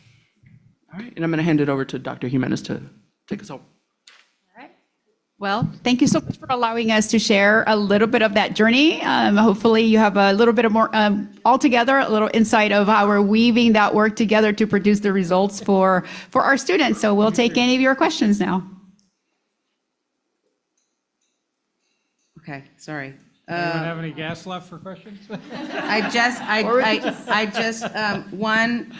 This presentation just confirms that proficiency and growth requires resources. So I want to just thank you all for continuing to pour from half-filled, filled, and empty cups. But I do have one question that I may have missed because I have ADHD, so I'm gonna blame it on that.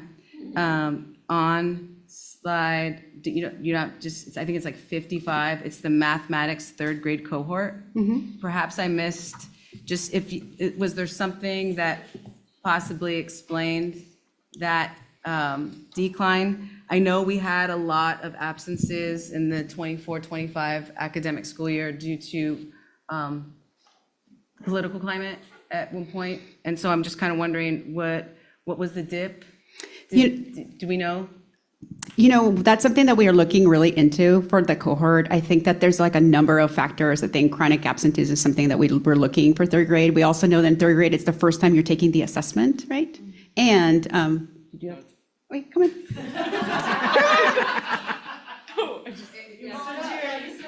You can phone a friend. It's okay. She's right there. It's for specifically, because it's the apples to apples, right? But Yeah. So in 24-25 academic school year, there was a drop of about, I believe, 8.8%. So I just wanted, if we have any ideas why. Well, so that would have been, going back, if you take, because it's the cohort data, right? So if we take it back 3 years, those same students, these were the 5th graders, they're 6th graders now. They would have been in 3rd grade, 22, 23, So then they would have been in kinder first, if you take it back to COVID. I mean, really, these are some of the dips that we're seeing. Yeah, okay, so that's, so I drew it all out. So the third graders in 2023 were actually in kindergarten when, for 2019 and 2020. So they went remote, and then for 2020 to 2021, they were completely remote that entire academic year. Correct? All right, just wanted to clarify for the people that may be viewing on Zoom and maybe not understand the data. So that's, yeah, we're still dealing with the after effects. Which is connected to that P3 work that we highlighted because we knew that it was showing in the data. And so for context then, the third graders that were in 2019 and 2020, they are now eighth graders this academic year. Yes. So, okay. And we look at that data like this. I mean, we only highlighted third grade because there's only so much finite time, but we are looking at that data for every single cohort as well. So lots of time spending analyzing data. Other questions or comments? I just have a comment. I know a lot of the schools that participated have left already, but I just want to say thank you because it brought so much clarity of what's going on in all of our schools in this district.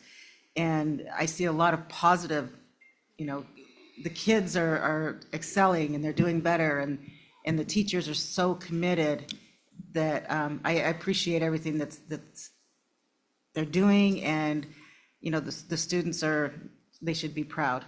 They should all be proud. Yes. Thank you. Thank you. Yeah, I'll add my dittos to that, and also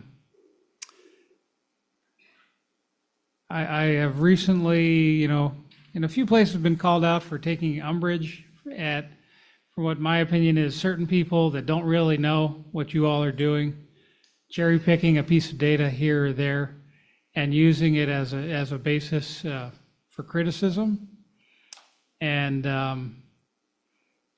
that when I'm upset about that, it isn't about me. It's about the grave and gross level of disrespect that shows to you all who are doing the work. So I just really want to thank you all who are doing the work. I think it's Principal Bookser often says something like, "We have to get better on purpose." I don't know if I have the statement exactly right, but he's been saying that for years. Y'all have been putting the Unified in Morgan Hill Unified School District, when we talk about coherence and alignment. I'll be proud to get angry and take a few stones anytime for standing up for the work you all are doing. Thank you so much. Really want you to know how much it's appreciated. Thank you so much. Anyone else? And I think what was, if I may add, what was beautifully demonstrated was collective efficacy in action, the entire organization rowing in the same direction. And we are very clear-eyed on what we want. We want 100% of our students to be college and career ready.